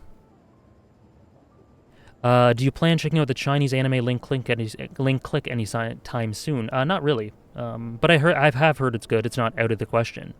No problem, Mustus. Thank you, Spirit Noodle. Thank you, Aburai. I'm doing well. I was doing rough earlier when I thought I couldn't stream, but I'm glad I did it because this was tons of fun. I was talking about one of my favorite games. I got to interact with all you cool people. Glad to hear it, Josh. All right. Thanks, guys. So I'm going to do a quick raid. Thank you, Dawn Enjoyer. Thank you. No problem, Dragonite. Okay, cool. Sounds good, Sarah and Alter. Sounds good, Antagonist. Are you going to keep up every stream as a VOD? Not every single stream. Every single Attack on Titan discussion and every single Final Fantasy stream, yes. But not every single one. They're going to go up on my second channel. So we'll raid. Let's see, this is the first time I'm doing this. Channels, how do I do this? Crit is playing... Goodness gracious, this is not working. Sekiro. He's playing Sekiro, so, you can join him over there.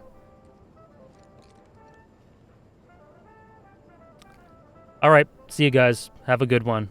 You can watch, Crit play some Sekiro if you're interested.